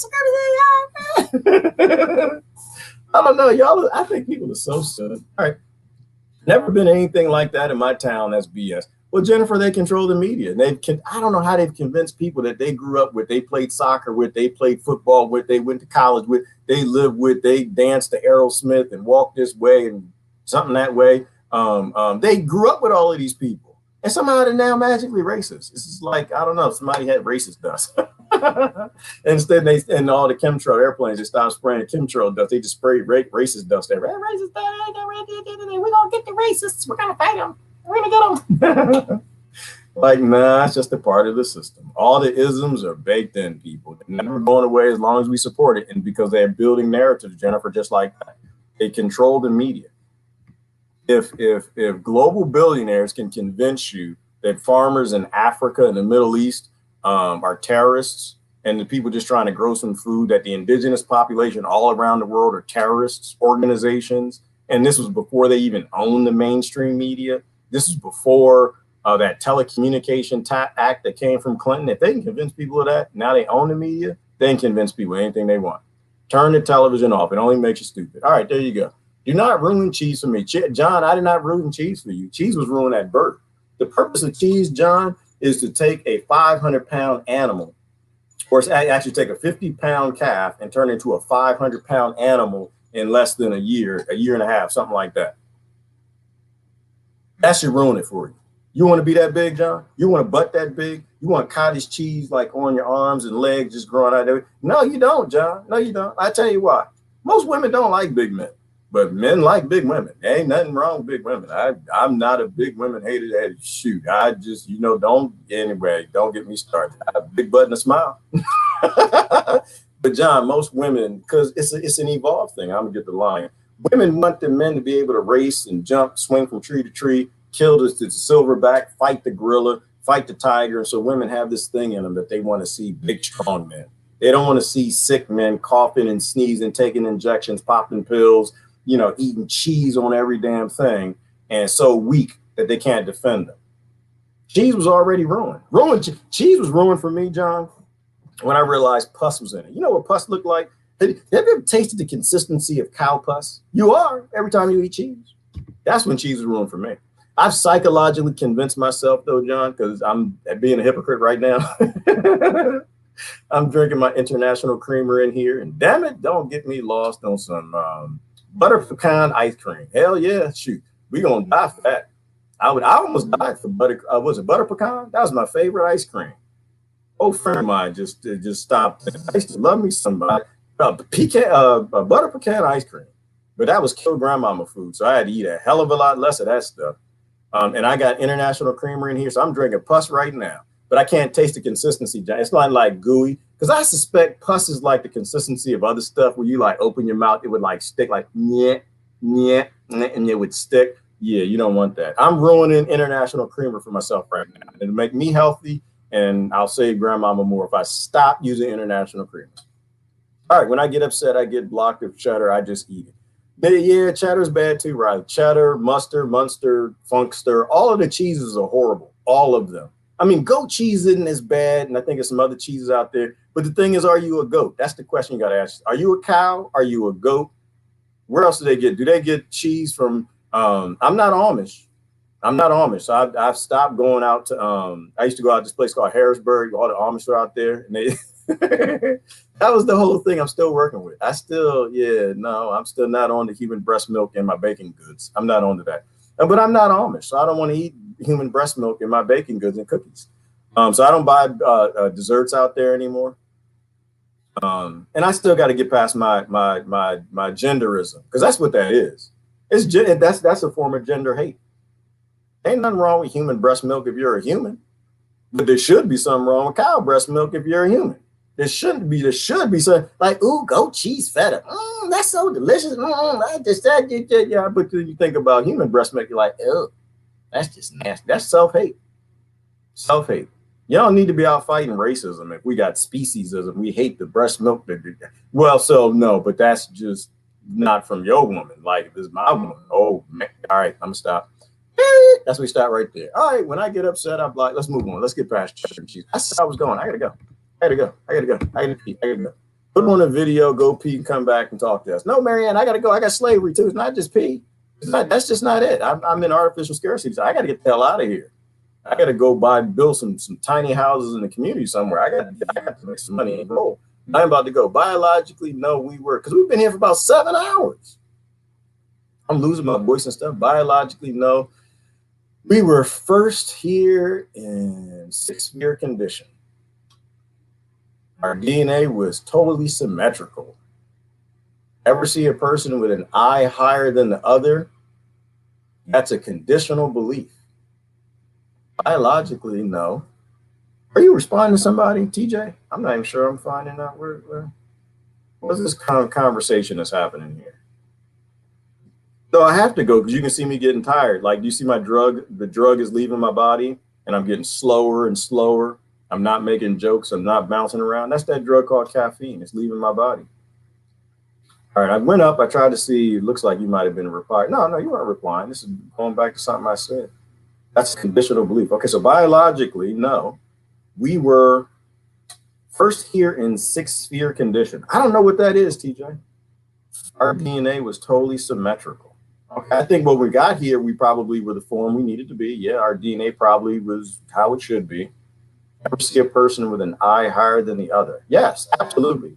Eyes are different sizes at different heights. Breasts are. There's no two breasts on the planet the same. No two testicles are the same. There's no leg, arms. They're all different. So I'm not sure we're going with that. All right, I gotta go. You're saying because they're all different heights and sizes and stuff that it's not symmetrical anymore? I don't know. Is the human face symmetrical? It could be. I mean, something's not right about us, TJ. I agree with that. I mean, our heads are way too big. Like, they're not symmetrical for the cervix. Like, it's obvious that somebody's been tampering with us. It's obvious that, the back pains we have, the way our spine is, that we are not an evolved creature. We are definitely a genetically modified organism because we don't make sense. I get that. So you're saying when we first got here and we were symmetrical. And now we've got all these other problems. Okay, that could be. Makes sense. I don't know. That gets back to the stories. Like I said, I don't think that the creatures in the Bible were all gods. I think most of them things were aliens. All right. Bless you. Have a nice day. Yes, darling. Thank you. I am leaving. Whoa, Lord have mercy. Oh, Lord Jesus. Did I put that comment on there? Did y'all read? Y'all didn't read that. Did I move fast enough? Riley, good Lord. Somebody need to go hug that woman. I know. I guess I'm being a hypocrite, ain't I? Yeah, I am. I guess I am. Yeah, there ain't nothing wrong with saying that. I take it back. Fine. There you go. There's your comment right there. She liked chocolate stuff. There you go. Ain't nothing wrong with that. There you go. And she's a woman too, so yeah, I guess y'all allowed to say that to each other. All right. I'm American. I love American cheese. Well, okay. All right. But you know that American cheese ain't American. I don't know if you know that, John, because the cows ain't even from here. We brought the cows here. The cows that are here, we didn't bring here. It's like cows in Australia aren't the Australian cows. We took them there. North American cows aren't even North American cows. All right, I fed. We just like to name things. We like to steal things, John, and name them. That's what colonizers do. I breastfed until I was 2. That's why my brain is so big. Okay, yeah, and breastfeeding is a good thing. It's a good thing at all ages, Riley. But don't be a hater. Don't be an age hater. You're supposed to breastfeed. I read a doctor's article once, Riley, and said that you're supposed to breastfeed your baby males till at least like 60. Like, you're not supposed to stop. You're supposed to breastfeed them the whole time. Otherwise, they get angry and snotty. They pick up guns and they like to fight and have wars. I think every man should definitely be breastfed. I think that makes a whole lot of sense. I think if we did that, the world would be a nicer, friendlier place. But of course, women don't have much interest in that happening. So we just want to go that. I don't know where this is going. That's why I need to end this right now. It's 3 hours, Jonathan. You can tell I'm exhausted. It's already midnight, and you're in France. You're probably about to go to prison again, out on the street somewhere, protesting RIC, and you got my voice playing in the courtyard or something. I don't want you to go to prison, and I got to pee, John. So that means we got to go. Mama, this chit, we need to let it go. What's the name of this video? It's Tis Only Day 8. And I didn't put the 8 in the name of the video. It's Tis Only Day Bebe. Tis Only Day Bebe. That just sounds retarded. How come y'all didn't tell me I had a retarded title? That's what happens. I didn't have enough coffee by the time I have to fix the title. Tis Only Day Bebe. I meant Tis Only Day 8. Baby. That's what I meant. Tis Only Day 8. Wait till day 10. Shoot, we may not even be here. Day 17 come. The human race might have already went the way of the dinosaurs. Anyway, this is Gerard. I gotta go. Love y'all. I'm out. Bye-bye.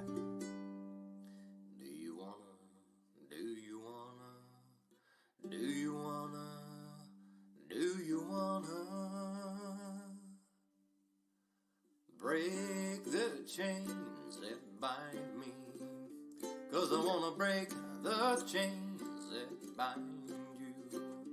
Do you wanna set the world free, have perfect harmony? Isn't it time for that? Do you wanna free, boom, boom, boom, free the people? Do you wanna free, boom, boom, boom, free the people from the bottom to the top? Make modern slavery stop. Do you want to let go of the prisoners? See everyone happy. We can have this and more if we open up the doors. Well, what do you think about that? Do you want to free, boom, boom, free the people? Do you want to free, boom, boom, free the people and Mother Nature too? Close down all the zoos. Do you want to boom, boom, boom, boom, boom? Do you want to boom, boom, boom, boom, boom? Do you want to free, boom, boom, free the people? Do you want to free?